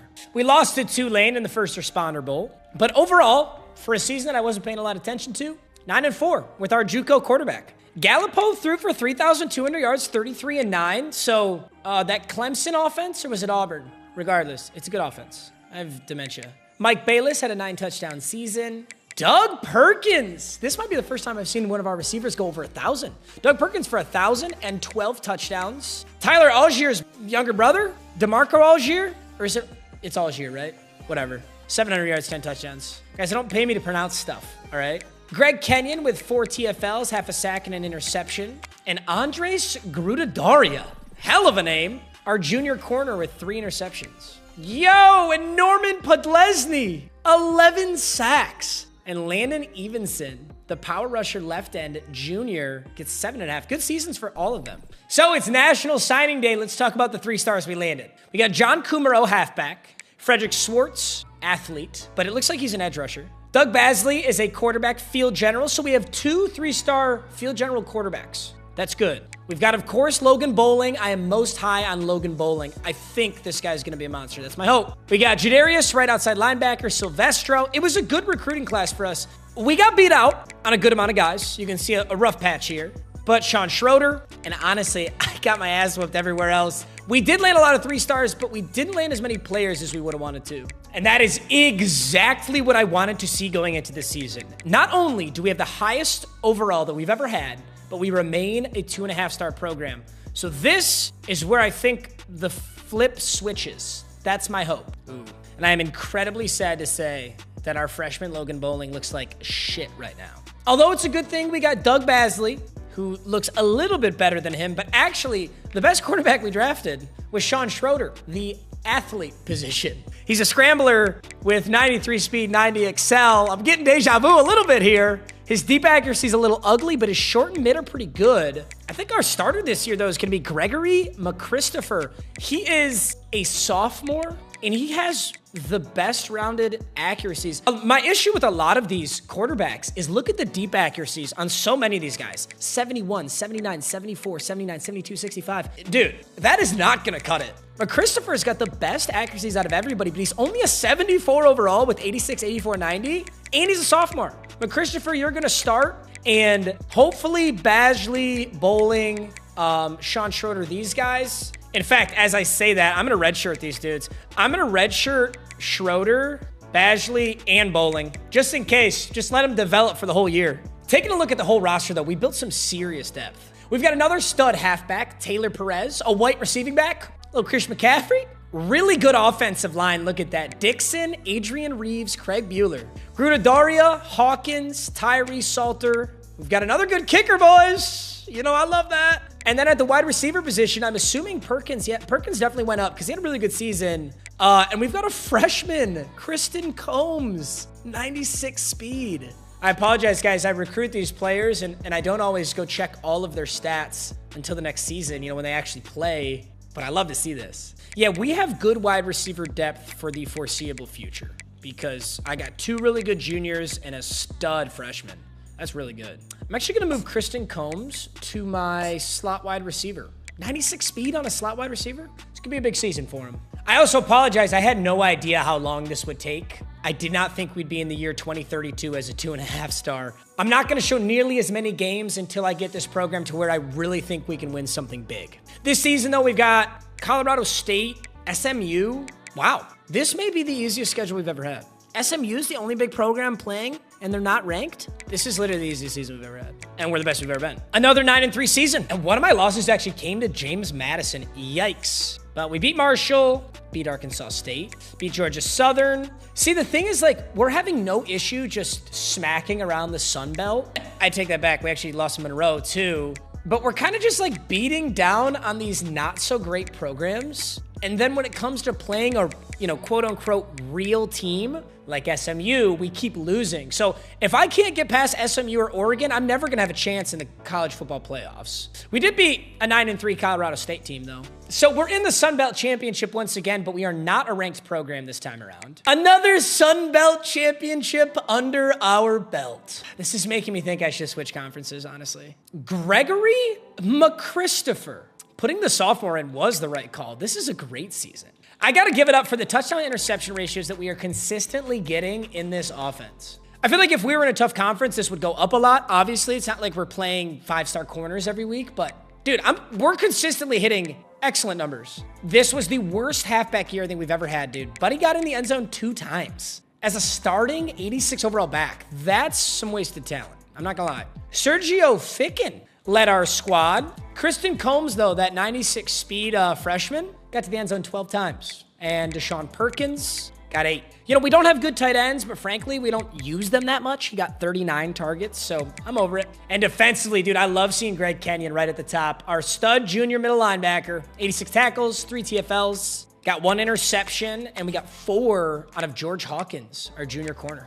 Didn't nearly get to the quarterback as much this year, though. 6.5 sacks out of Evenson, 5 out of Swift, and look at Kenya Vildor. Probably the best player on this program. And he's only a junior. I thought he was a senior. Kenya Vildor. He's technically a 92, but he's really an 88. He's just boosted by 4. He's got star dev trait. And honestly, I'm shocked he doesn't have more abilities, but he's got takedown, improved sack attempts, and grip breaker. Boost to lateral sheds on runs. Kenya Vildor. Once again, a solid 3-star class. It was a 10-4 season. We went 6-2 in the Sun Belt, and we lost our bowl game. Picked up Tommy Edmond, Corey Washington. It's really just good to see that we are consistently getting 3 stars. I'm learning very quickly that this is not Madden, and you cannot turn a program around in 1 or 2 or even 3 years. It has been a slow climb up a hill to even get us where we are right now. In year 9, we have 3 absolute standout seniors. Kenya Vildor, Adrian Reeves, and Marcus Ellington. Once again, you're seeing that theme of offensive line. Vildor being our best player is exciting, though. Power rusher senior, 6'3", 246. Our best sophomore is a D tackle.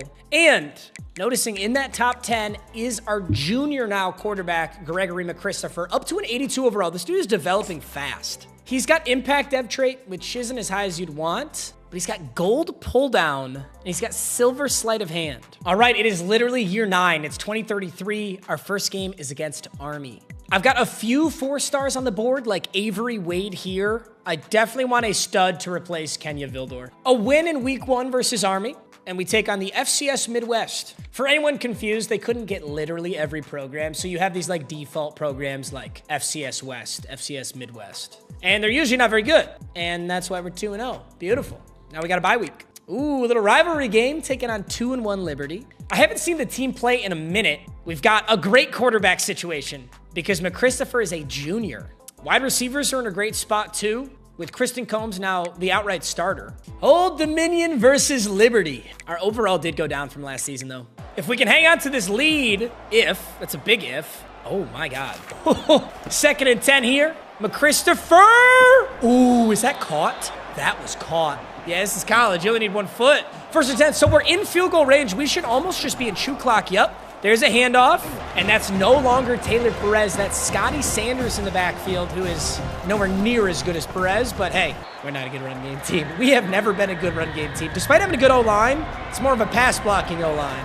3rd and 9. We're going to hand it off again. I guess I'm not shocked because we are chewing clock. But we do have a good kicker. So this should be just absolute butter. Only concern, Liberty's got all 3 timeouts. That's why I kind of thought we might go for the first time. That's kind of why I thought we'd go for the first down. They're trying to end the game. Ooh, ethnically ambiguous kicker. 52 seconds in a 2-point lead is honestly scary. But hey, if you want to waste some time on kickoff, I'm fine with that. All Liberty needs is field goal range to win this game. Let's see how the defense steps up. Kenya Vildor, I need you to get home. But we do love a check down. And there's a quick burnt timeout from Liberty. 2nd and 9. Get home, boys. Get home. No way. Who did he just chuck that shit to? Good defense. Oh my God. If that was a better ball, he had him cooked by 5 yards. 3rd and 9 with 36 seconds. Holy shit. That was so big. And whenever he throws the ball like that, I know somebody's open.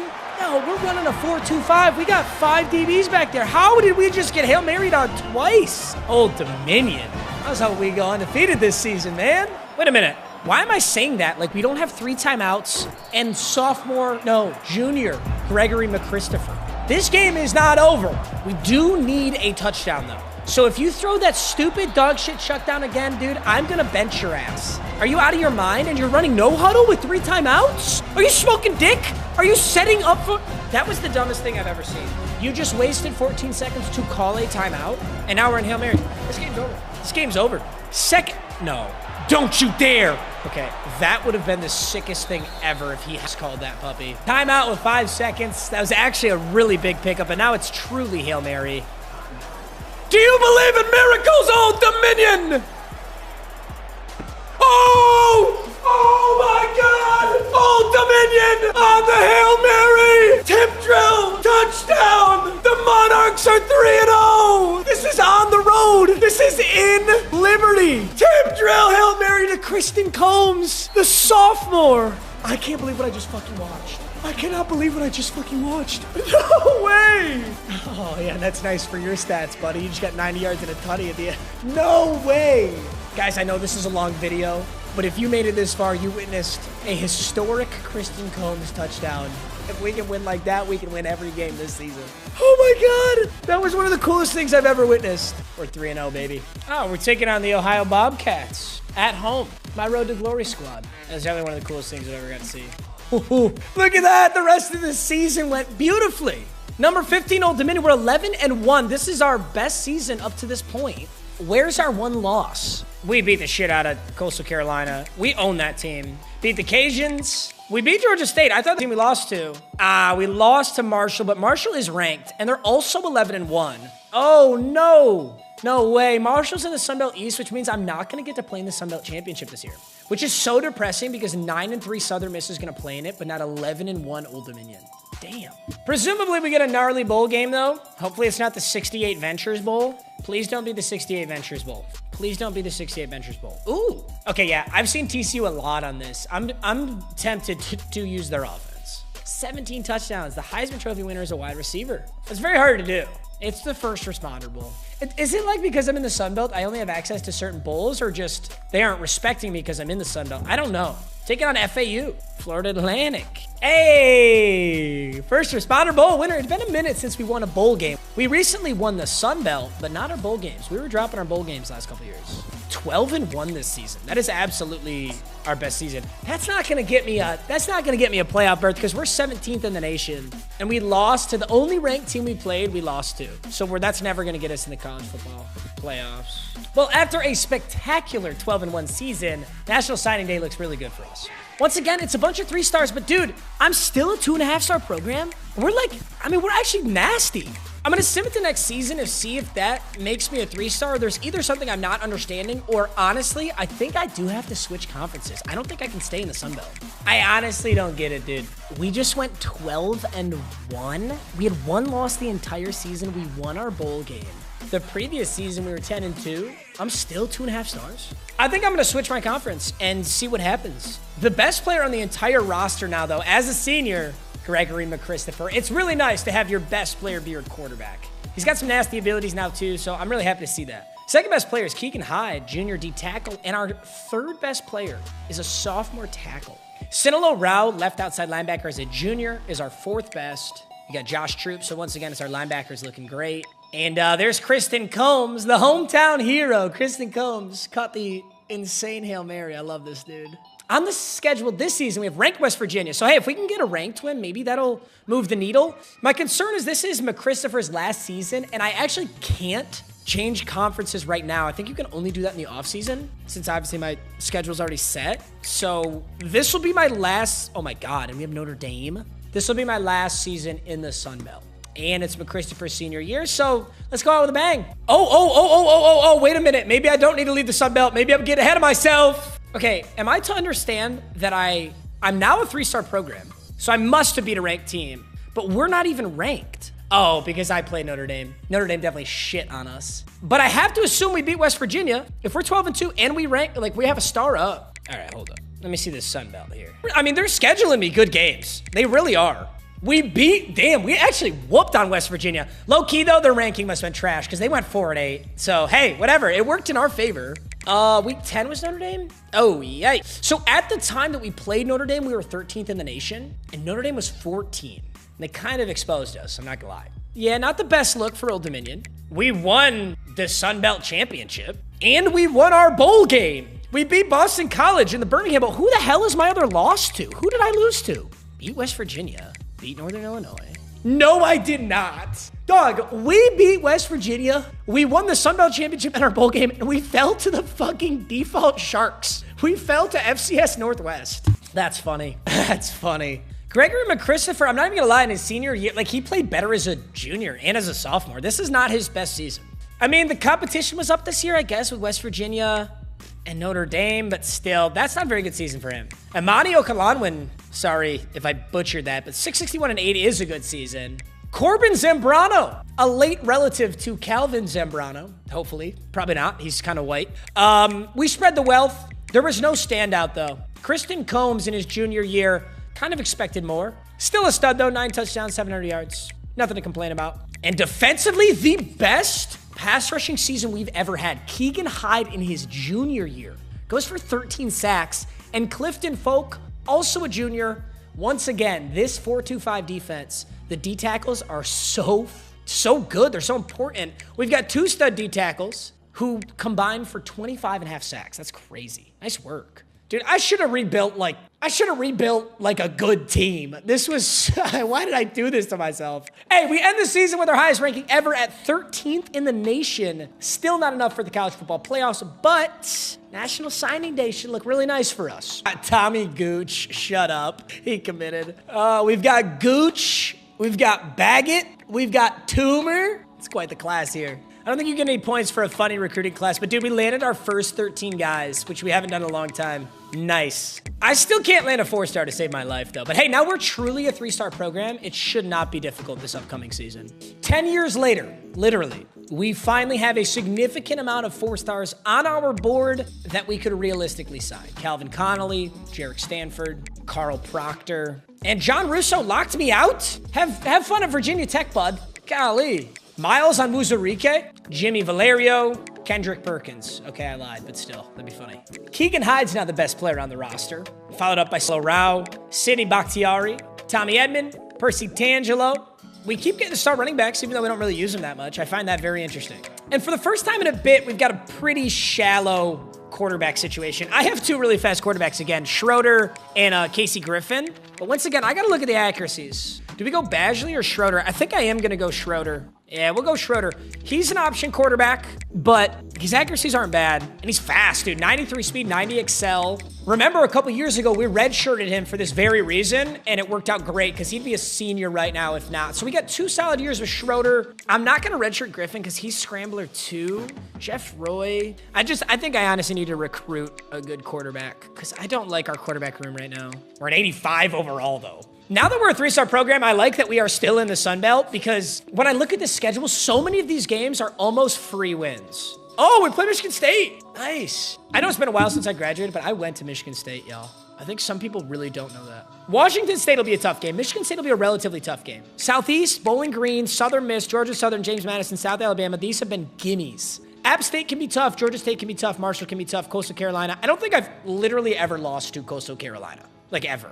So let's have another good season. 10-2, baby. Another excellent season. Dominated the Sun Belt. Dude, look at our overall. Isn't that insane to see? Like, I know it's been 11 years, but it is so cool to see. I mean, we're a real program right now. 21st in the nation, Sun Belt Championship. I'm going to play a few reps. You do kind of feel like a powerhouse when you just win the conference championship year after year. Old Dominion is the team to beat in the Sun Belt. There is no doubt about that. I know that's kind of a cope because it is the Sun Belt, but like, come on. It's like being the best football team in your state, but you're like Division 5. Ooh. My halfback O'Conlewin is running some routes out there. Can't say I'm mad about it. Now keep in mind, Schroeder has 93 speed. He's giving a small feeling of Lawrence Cole, our absolute speed demon quarterback from years past. But really, our standout on offense is our running back, and he is wide open in the flats. Let's use O'Conlewin. Oh, nice. We don't have Eric Vega either. Man, I miss Eric Vega, bro. Just chucking up a heater. There's a beautiful red zone scissor route out of O'Conlewin. Sorry, that is a really tough last name. O'Conlewin. We can use our legs. Don't forget, that's a star right end. But I'm fast. I'm very fast. Play action double post. What do we got here? Scramble once again.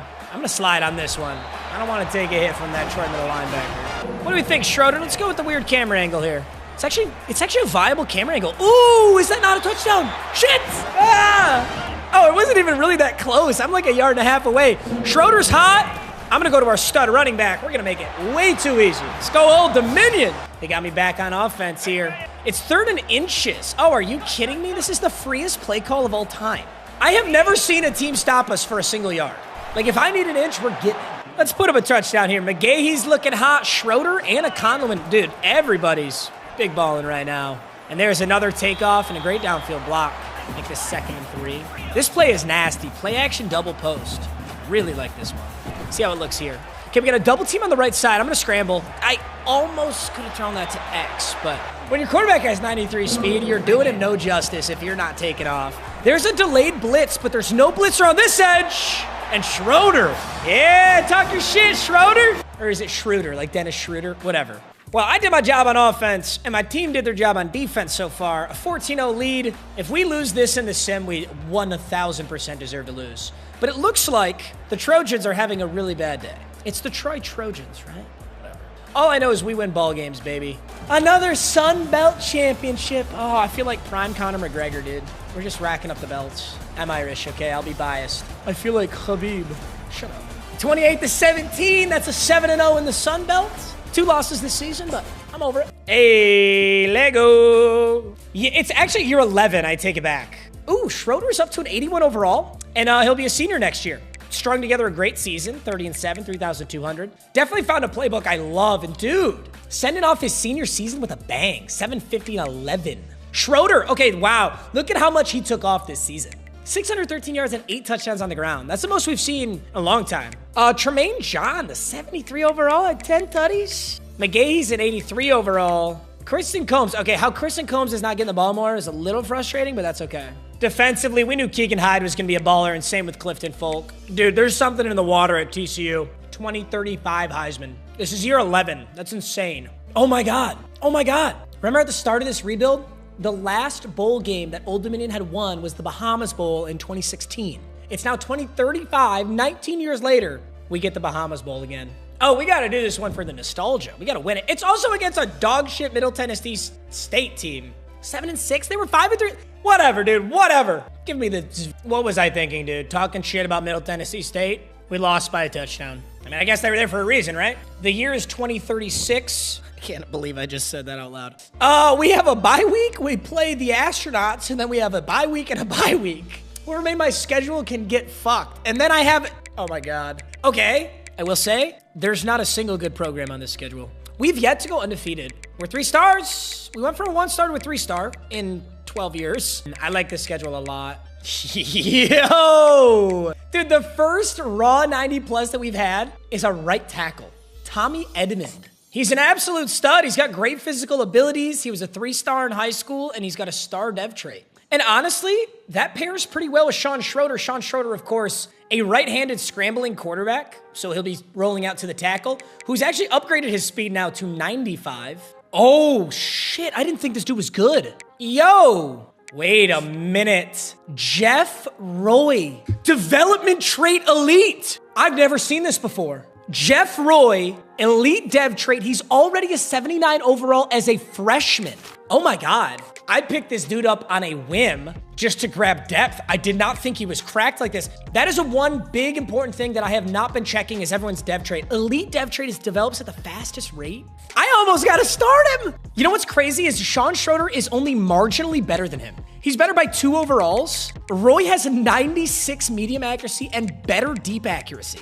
Oh my God, I'm starting Jeff Roy, dude. This dude's gonna be a 90 overall. Oh my God, these rebuilds are so hard. Holy shit, Jeff Roy, are you gonna finally take me to the college football playoffs? Are you gonna do it, bro? Tell me you're gonna do it, Jeff. Is that the answer? We don't have the best wide receivers for Jeff, but actually I take that back, dude. 82, 82, 83, look at Tommy Gooch. Tommy Gooch, 99 speed. The Gooch is loose. All right, Tommy Gooch, you are starting wide receiver and you are starting slot wide receiver. Yes! Timothy Gooch, Thomas Edward Patrick Gooch III, you will take this team to the fucking playoffs. I'm so over the Sun Belt. I'm sick of whomping on Northern Illinois to lose to SMU. Oh, this is the best I've ever felt about this team. Take me home, country roads. Sun Belt champions, baby! I simmed up to the bowl game. So obviously we're gonna get a bowl game because we just won the Sun Belt, but I don't know anything else yet. This is Jeff Roy's first year as a starter. I'm sorry, Schroeder. Dude, my D-tackles just love to get Defensive Player of the Week. Roger Hicks Jr., I assume we got offensive too. Tell me it was Jeff Roy. Oh! Yo, this dude averaged 1.2 yards per carry, but got 3 touchdowns. That's a shark. That's a touchdown shark. Ooh. Oh, shit. Oh, shit. Oh, my God. I think we went undefeated. I just won Coach of the Year for the first time ever. After 13 years, I win Coach of the Year. I'm the Old Dominion Monarchs. The Broyles Award for Coordinator of the Year. Come on, give me something else. Arizona State wide receiver wins Heisman. Okay. We got Scheme Guru unlocked. Go to the coach ability screen to purchase the Scheme Guru archetype and upgrade your coach. What just happened? Number 8 Old Dominion, 13-0. We haven't lost. Oh, but we still have a bowl game. Duh. Holy shit, we can go fully undefeated. Sorry if I'm a little too geeked up, bro, but I have been doing this rebuild for 12 hours. Ooh, Jeff Roy! Jeff Roy's a god! This is a redshirt freshman throwing 3,634 and 4. Monster! Nicholson got 3 of those touchdowns last week. And Tommy Gooch! You know, I'm kind of surprised here. He got 75 receptions for an average of 11. With 99 speed, I expected that average to be higher, but hey, we fed him the ball, and that's what I wanted. And look at this, my top 3 wide receivers, Onwuasor, Gooch, and McGahee, none of them are seniors. And my quarterback, who's insane, is a freshman. And my halfback, who's an 85, is a junior. We're gonna be nasty for the next couple of years. Jeff Roy, dude, I could actually suck you off. Did Jeff Roy come close in Heisman? No. Okay, Heisman's insanely hard. I thought those were crazy good seasons, but you got Ramon Horn of Virginia, 75 overall. Dude's 3rd Heisman voting. And you got fucking Poopy Fufatu from Alabama. He's a sophomore. Whatever. Are we gonna go to we should go to the college football playoffs. We should get a bid. We're the 8th team in the nation. I didn't even think about that. It's a 12-team playoff. Holy shit! It ain't no bowl game. We're in the playoffs. We're taking on Oregon. Last time we played Oregon, we lost by about 30. The number 3 Oregon Ducks taking on number 8 Old Dominion. All right, before we head into this first playoff game against the 11-3 Oregon Ducks, damn, they're 3rd in the nation with 3 losses. I have to look at our roster. I mean, we're a legitimate program. We're an 84 overall. We've got this crazy offensive line. Look at that, right tackle, left guard, right guard, all in my top 5. Percy Tangelo is an 86 overall middle linebacker. Got Jeremiah Kramer, Brian Silvestro, Bakhtiari, Nicholson. I actually have too many good guards. That's crazy. I have a sophomore guard who's starting over my senior guard. Can't make trades in this, but damn, impressive. This is all on the back of our 83 overall field general freshman. Oh my God, boys. We're in the playoffs. I don't know if we're going to make a run in our first ever college football playoff appearance, but I tell you what, Oregon is not that far off from Old Dominion anymore, okay? This ain't the 71 overall Monarchs. This is the 84 overall Monarchs. And I'm bringing out the Powder Blues. Yes, sir. Ooh, look at Oregon Stadium. I'll tell you one thing right now. This is the biggest stadium, the most packed crowd, and the loudest crowd that this Old Dominion Monarch squad has ever seen. Yo, he's got a gooch too. Oregon's got a gooch. It's Tommy Gooch's brother. You see that? Number 89. Come on, show me your backplate, 89. The Duck is out here talking his shit. On our opening drive, we find ourselves in the red zone. Wow, we really find ourselves in the red zone. Good start, Old Dominion. We're just going to hand this off, and we're going to utilize that offense. Dude, look at how many star players they have. 1, 2, 3, 4, 5, 6, 7? I should have scouted their program. Jeff Roy is not a scrambler, let's not forget. But on Wuasor! Hell of a play there, buddy. 3 down lineman, outside backer. This run should be there. I need my left tackle to get up to that second level. He does! And we power in! Old Dominion is first to act in our first ever college football playoff game. Woo! They got our backs up against the wall, though. I see this back right here. He throws low. It's deflected. They're going to have to kick a field goal. Oh, my God. Honestly, I didn't even think I could make the playoffs as Old Dominion. That's how it started to feel. I mean, I guess I had never gone undefeated until this season. Back on defense here. We're on our stud middle linebacker, Tangelo. I'm surprised he doesn't have the star under him, but I'm behind that, but he drops it. Oh, my God. Oregon wide receiver with a dead to rights drop. Oh, that's... Woo, he's getting chewed out. Buddy, you're in the Chick-fil-A. You're in the Chick-fil-A game. No. Damn. That pass rush was legit. Oh, wait a minute. They're going to let me go for it on 4th down? 4th and 2, dude. I am not sleeping. Oh, maybe I should be. I don't know if we can run against that set. Look at that. They're overloaded.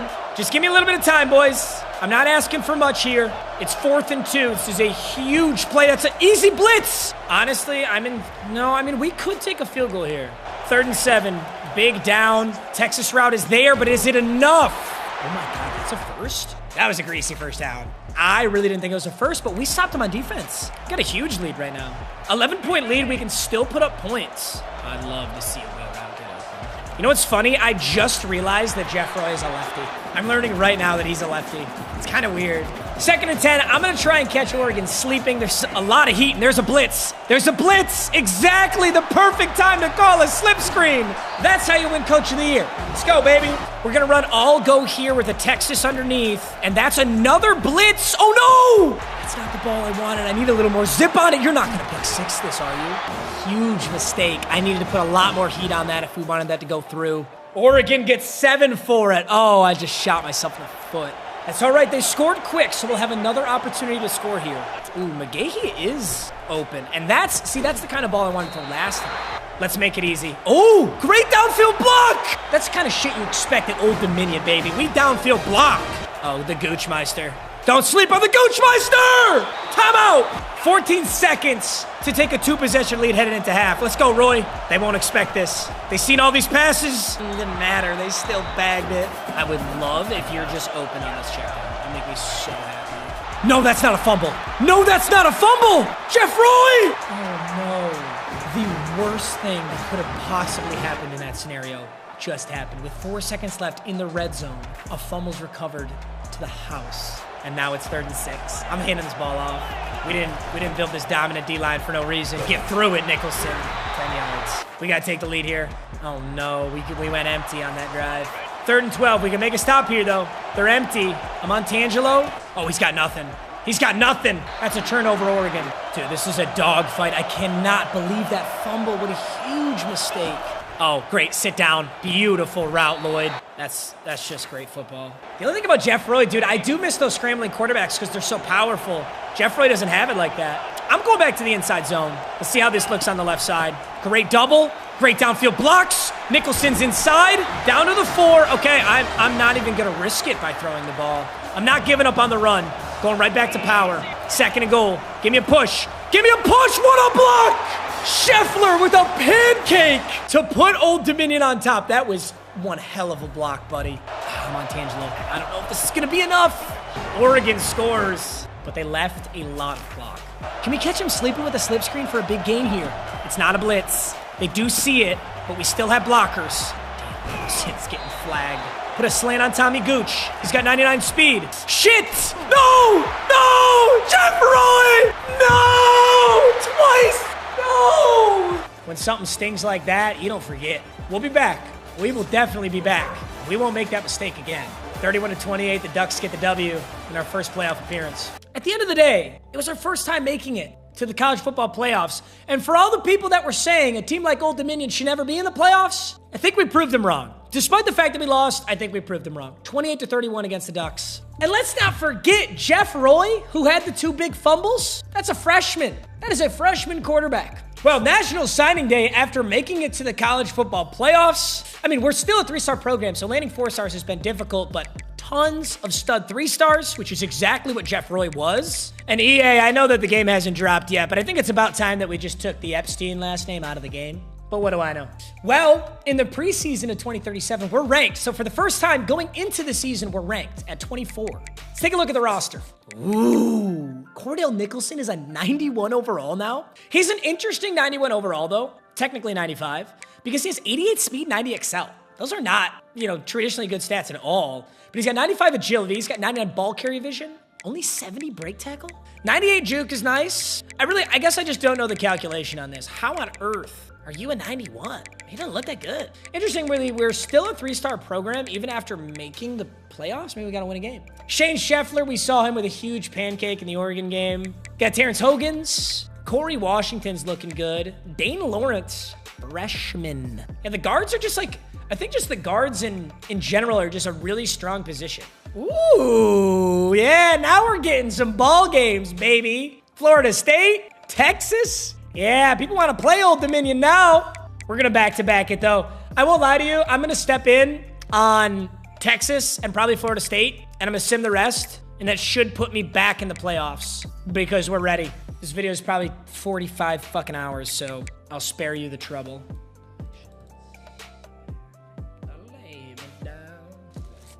Martin Pena, wide receiver from Texas, wins Heisman in 2037. What? All right, now I'm just straight up confused. We are 22nd in the nation, and we made the college football playoffs. And we're taking on Texas, who we already played this season. Maybe it's because I beat Texas, who's such a good team, that they're considering me a better program than I am. Who did I lose to? So I'm 11-2, so I lost to a Sun Belt team. I'm 11-2. And we get a playoff berth, but we're taking on number 2 Texas, who's going to be even better than that Oregon team. I got to figure out what happened. I'm shocked that I'm even in it. So Sun Belt Championship, we won. We beat the Raging Cajuns by a ton. Sun Belt. Texas State, W. James Madison, W. Coastal Carolina, W. Oh my God. Dude, this may be the first time I have ever seen us lose to Coastal Carolina. We lost to Coastal Carolina?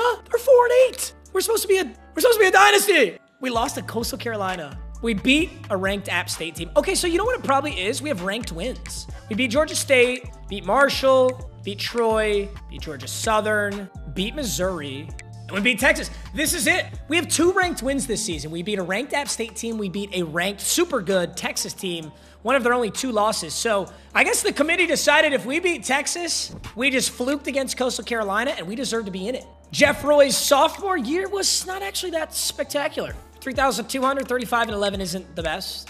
Nicholson had a great season. Muhammad Onwuasor had a really good season. And Tommy Gooch, the Goochmeister, balling out as usual. Can't not ball out with that name, bro. 7 sacks out of Hayden, 6.5 out of Roger Hicks, and headed into our second appearance in the... I can't even believe we made it. I thought for sure we'd have to run back another year ranked like that. But dude, I mean, just look at the talent. We really do have a lot of talent. Nicholson, Scheffler, Washington, Hogans, Lawrence, Roy, of course. It's going to be on Jeff Roy. Jeff Roy lost that game against Oregon, a.k.a. I lost that game against Oregon. I may straight up sim this because I stepped in and handed Oregon 14 points. I think I got to take my hand off the wheel. Okie dokie, okie dokie, okie dokie.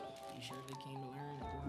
Now, before we embark on this college football playoff journey, I need your guys' input. It's the year 2037. And if I didn't step in at all, like truly simmed, I think it might take me another 10 years to win a full sim national championship. I'm thinking about doing a series where I go more in depth and maybe play 2 games per episode and really rebuild the program and show you everything. But I hope I showed you enough where you could follow along. So just let me know what you guys think. My goal right here, right now, is to take this Old Dominion squad to the national championship. Here's our roster going into this game versus number 2 ranked Texas. Our best players are star halfback Cordell Nicholson. And I gotta give him credit. Old Dominion is not a run-dominant program. Despite that, he came to this team, earned a 95 overall. He has gold tier safety valve and sidekick. He has improved catching and cut blocks. You got Shane Scheffler, who was awesome last year's playoff run. Our left end, Corey Washington. Another senior, last chance to play college football before he hopefully goes to the pros. He's got bronze quick jump, silver takedown, and platinum recoup. We've got 2 insane right guards and a bunch of stud sophomores. And probably my favorite player on this entire team is junior wide receiver Tommy Gooch. I honestly regret not redshirting him, but I didn't see his speed stat back then. 99 speed wide receiver. Frankly, in sim, that speed isn't so important. He was a 3-star out of Florida, but when I actually get to play, 99 speed makes a massive difference. The 85 overall Old Dominion Monarchs are taking on the 88 overall Texas Longhorns. It's honestly a miracle that the committee even put me in. But keep in mind, earlier this season, we beat the Longhorns 24-10. One of their 2 losses the entire season. I'll be rocking the powder blues today. Let's go, Monarchs. Texas Longhorns. It's a night game. It's outdoors. This is every college football fan's dream.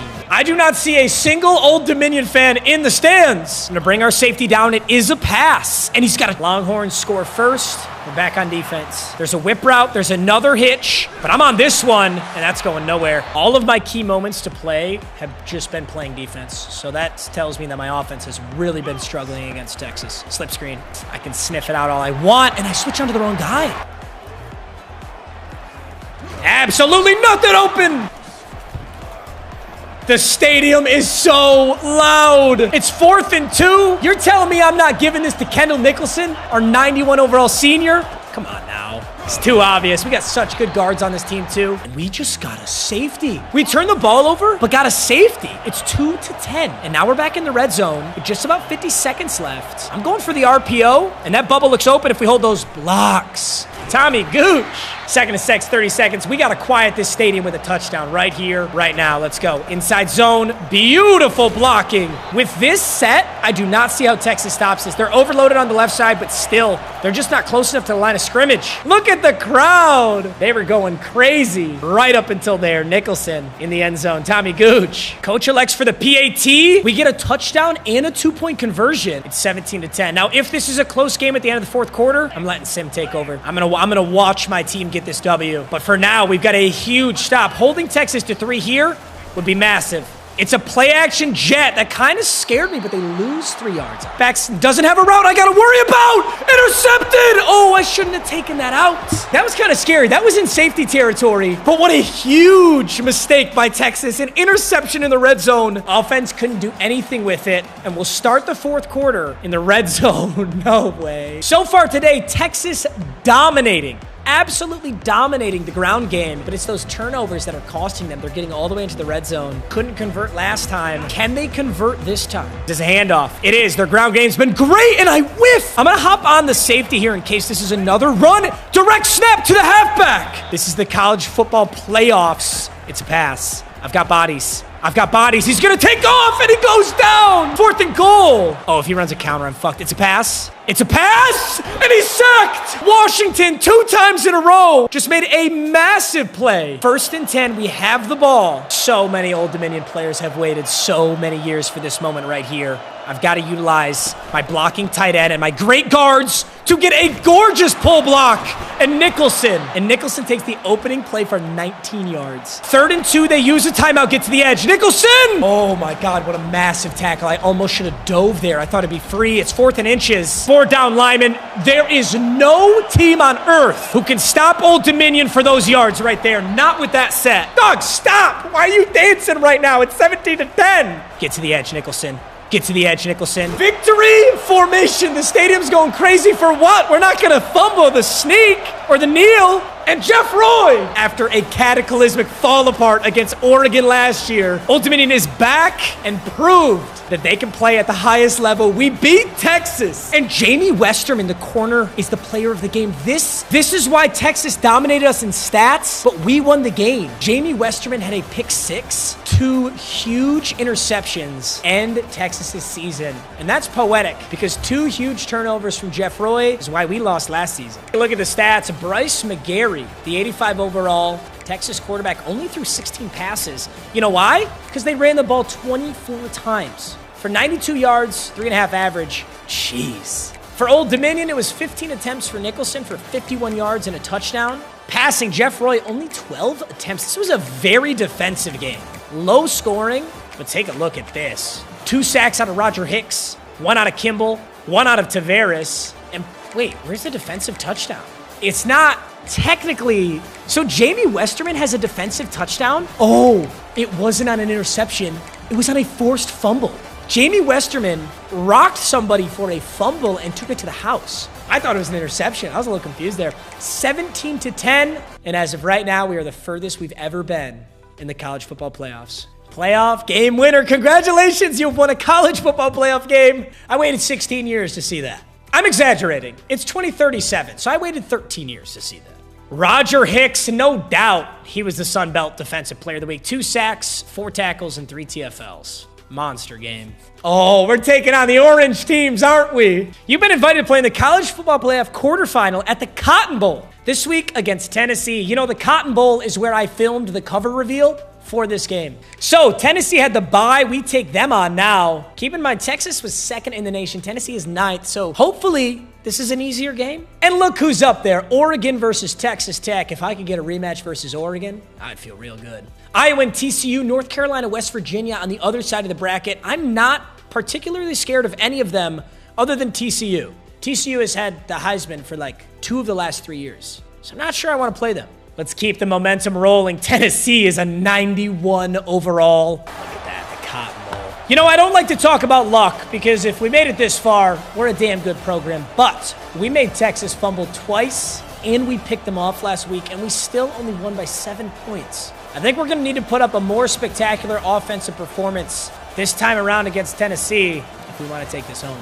I think we're going to see this a lot. The defense is definitely going to need my help. Ooh, Tennessee is rocking a lot more star players than Texas, and the counter kind of gets me. But I tell you what, Washington has been everywhere in these playoff games. Great work. I'm hopping on Valencia for potentially an inside zone. That's what I'm worried about here. The inside zone. There it is. There it is. Dive early. Good. Force him outside. Hey, that early dive looked stupid, but he couldn't shoot that gap. He jumps to the edge. He's got nothing going, and this has got to be a pass. 2 unsuccessful run plays. They're in no huddle on 3rd and goal. It is a pass. He's going to take off. 2nd and 6. Jeff Roy, Cordell Nicholson. A decent cut, but I don't think that was the best way to run that right there.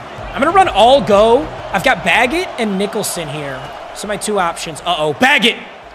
Oh, Jeff Roy. I need you there, buddy. I don't think I can. I'm going to motion Whistle over, see if that shifts their defense. It does. It looks more realistic now. I got to beat that linebacker one-on-one, though. 4th and 3, I'm going for it. Get to the 2nd level. They do! I get flipped! Tennessee ball! Oh, my God, I thought I got it. Risky play call gives us nothing. Luckily, my offense came up big. Tennessee scored again, though. It's 14-7. It's got to be a run. No, it's a pass. It's got the hitch in the middle because I vacated. Oh, don't let him in. Let's make a stand. Hold him to a field goal. And don't let him chew his clock either. We know this is a run. Lead key, I need you right here. This is a run. We know it's a run. Oh, it's not. 21-7, but I get an opportunity at a 2-minute drill. Where's my boy Gooch? I need Gooch right now more than ever. Going play action. What are they running? They're going to leave. Muhammad on Wuasor. If that was a better ball, it's a touchdown, but we'll take it. What kind of defense was that? Tennessee with a huge mistake. Now it's 1st and 10. I'm actually going to, take our yards. Play action again. We've got a little bit of room with Lloyd, who makes a tough catch. Reset the downs. Ugly. Oh, check down. Easy. Check down Maestro, and it's Okoronkwo. The backup is in. Take some easy yards. That's a 1st down. Don't got to worry about burning a timeout here. Step up! They don't expect it. Jeff Roy and his 75 speed. That was the sketchiest audible of my life. It's 14-21. They couldn't have put me in a better spot. We got an RPO I'm not reading the defense. I'm handing that off to my 91 overall halfback. Second and goal. We're going back to the pass. Oh, they don't have it. They don't have the flat. Okoronkwo! Come on, boys. Give me a push. We're going jet inside zone. Let's see if this is man. It is. It's man. He's following. He's following. Beautiful. Juke. Damn, is Nicholson hurt? Like, is he actually injured? Because I still have Okoronkwo in right now. Andre Okoronkwo, 6 attempts, 19 yards in the touchdown. I can't believe Okoronkwo is still in. We'll go to the pass here. Oh, he's there. Oh, wait a minute. Go yard! Lloyd! Caught. We take the field goal, make it 24-21. Zach Kessman, probably the biggest field goal of his life. Tennessee is loaded with star players, but they find themselves losing by 3 to Old Dominion. First play, rocket. No bueno. We worked so hard for this team. Let's let them ball out. Oh, he's so fucking fast. Look at the angles. This dude's a monster. Stop. Give me another opportunity. Rocket. Intercepted!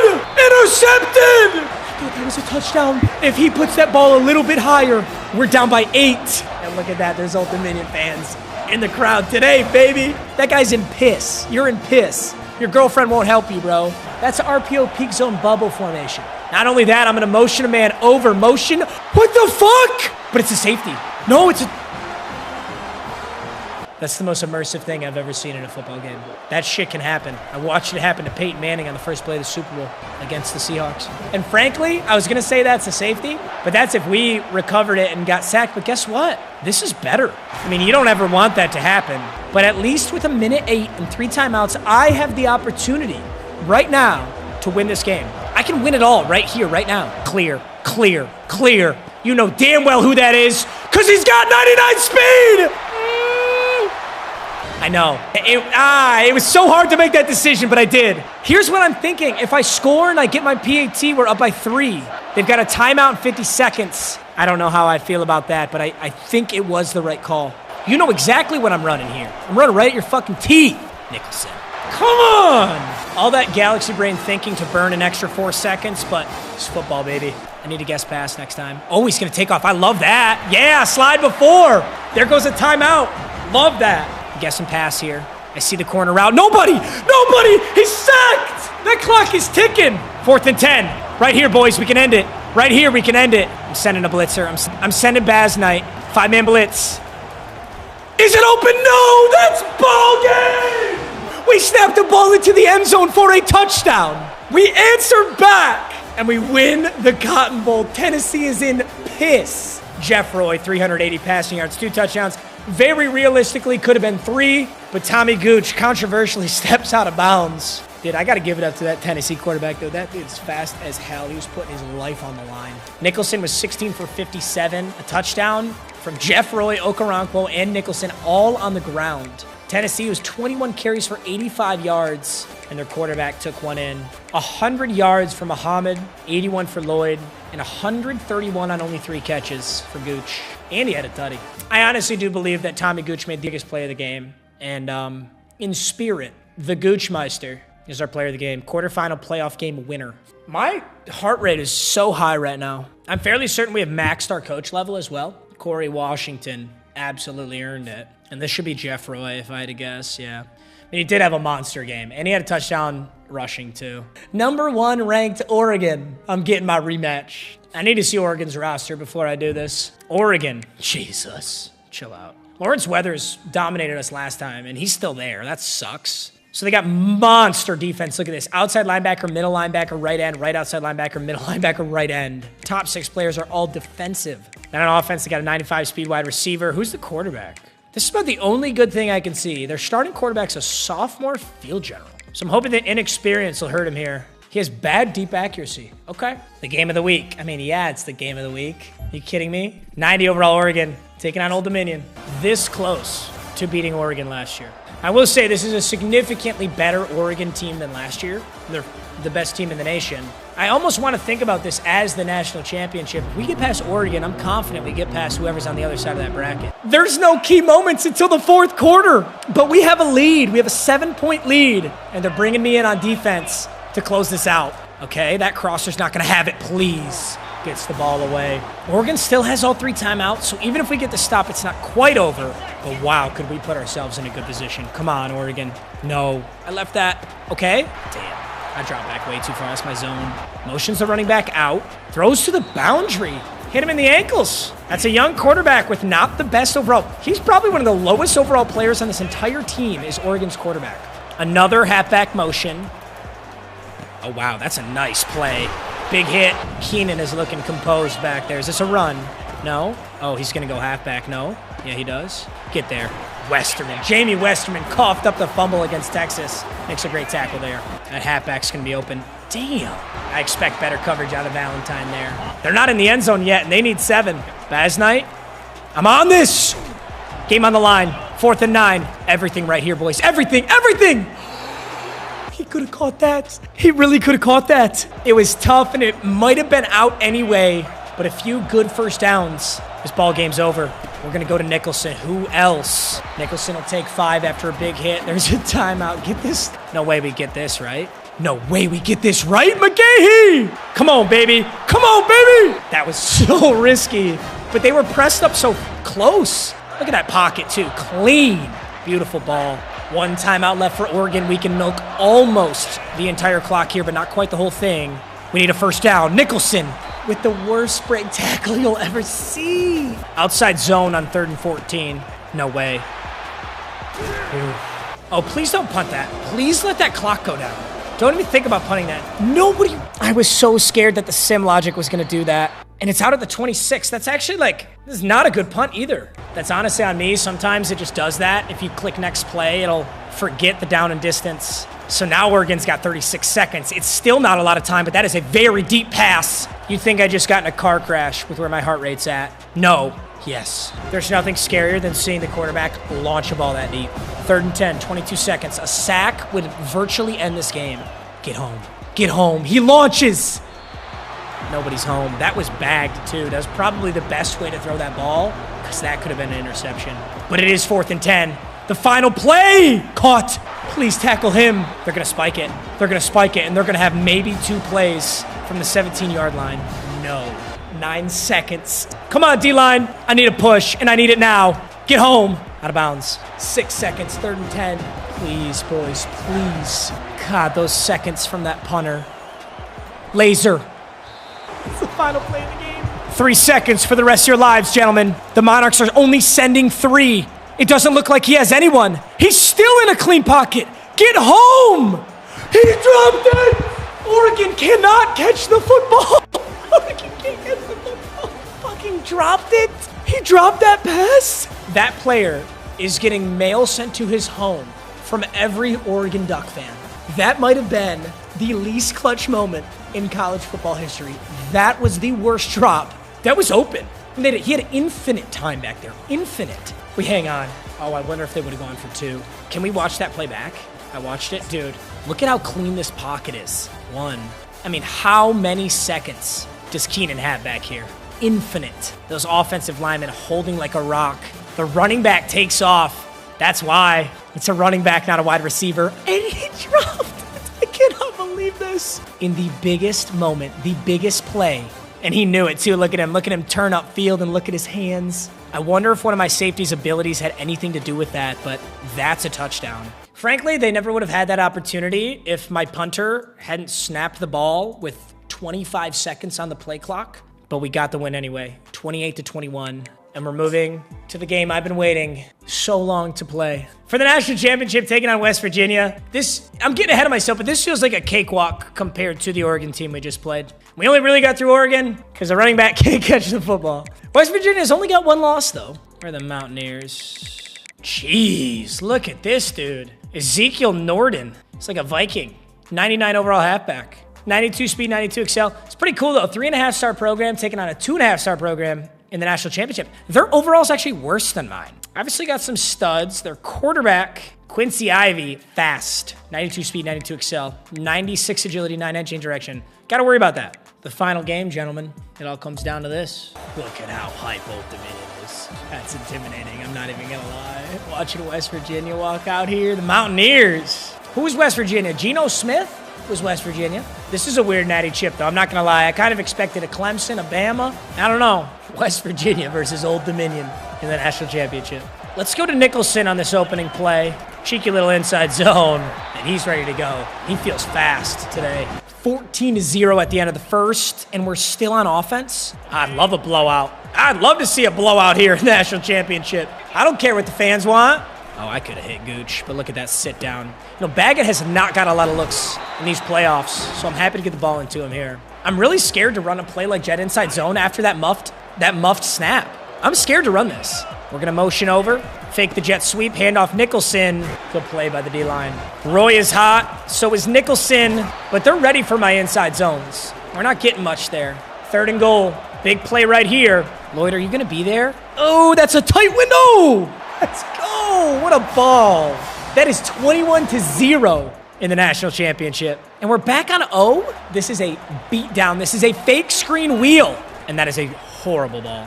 I don't know what I'm doing there. I have no excuses for that one. Luckily, we're up 21-0. Now 28-7 at halftime. And it's a 3rd down. They're bringing me in to keep this drive alive. It's 3rd and 2. You know exactly what I'm doing. It's our best player, baby. Follow those blocks. Look at the blocks. The wide receiver, the corner didn't even know what was going on. Nicholson, 11 rushes, 82 yards. His best performance coming in the National Championship. That is what you would love to see out of the best player on your offense. I'll try and snap this because I really like how it looks. Do I have enough time? I do. We get the snap off. Edge. Blocks are insane. Get through him. We'll take a 1st and goal. It's 28-7 headed into the 4th quarter. 310-94. 129-44. 10.2 yards per play. Oregon was the National Championship. This is just the victory lap. I'm going to go right back to this halfback slant. Those blocks were immaculate. But that backer shoots the gap real well. Let's run an RPO here. I don't hate this. I don't hate the option to Gooch here, but we got to read this. Oh, it's there. Got that pass off a little late. 3rd and goal. We're back in pistol. We may have to settle for a field goal here. Let's see what kind of push we get.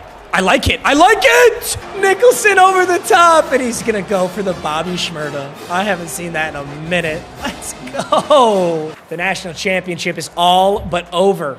West Virginia scores really quick, and they're going for an onside kick. We're not ready for it, and they're just going to get this kickoff. Go, go, go. Don't tell me. They scored again. They're going for another onside kick. Let's get in a base onside return this time, boys. What are we doing? It's 21-35. Stop. I was so nervous he was going to drop that. Oh, my God. 6 hours in, I thought we'd never see the day. The Mountaineers got toppled 42-21, and the Old Dominion Monarchs are national champions. Oh, my God. Coach Matt Maher with the Coach of the Year award under his belt finally can hoist that trophy. Jeff Roy, 341 and 5 touchdowns. After going through the onslaught, the gauntlet of Texas, Tennessee, and Oregon, he made West Virginia look silly. Oh, my goodness. Jeff Roy, 23 for 28, 5 touchdowns, 2 interceptions. One of those totally on me. On the ground, look at Cordell Nicholson. The best player on this offense, 17 attempts, 130 yards, 7.6 average, and a touchdown. Onwuasor with 103, Gooch with 86, 8 receptions, and 2 touchdowns, 3 for Muhammad Onwuasor.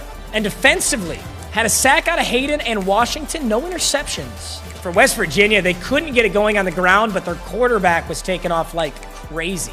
And through the air, 24 for 36, 250, and 2 is a solid stat line, but it was just not enough today. National champions. Congratulations, you've won the college football playoff national championship. Ironically, after winning the national championship, we are ranked 20th in the nation. I guess they're still doubting Old Dominion.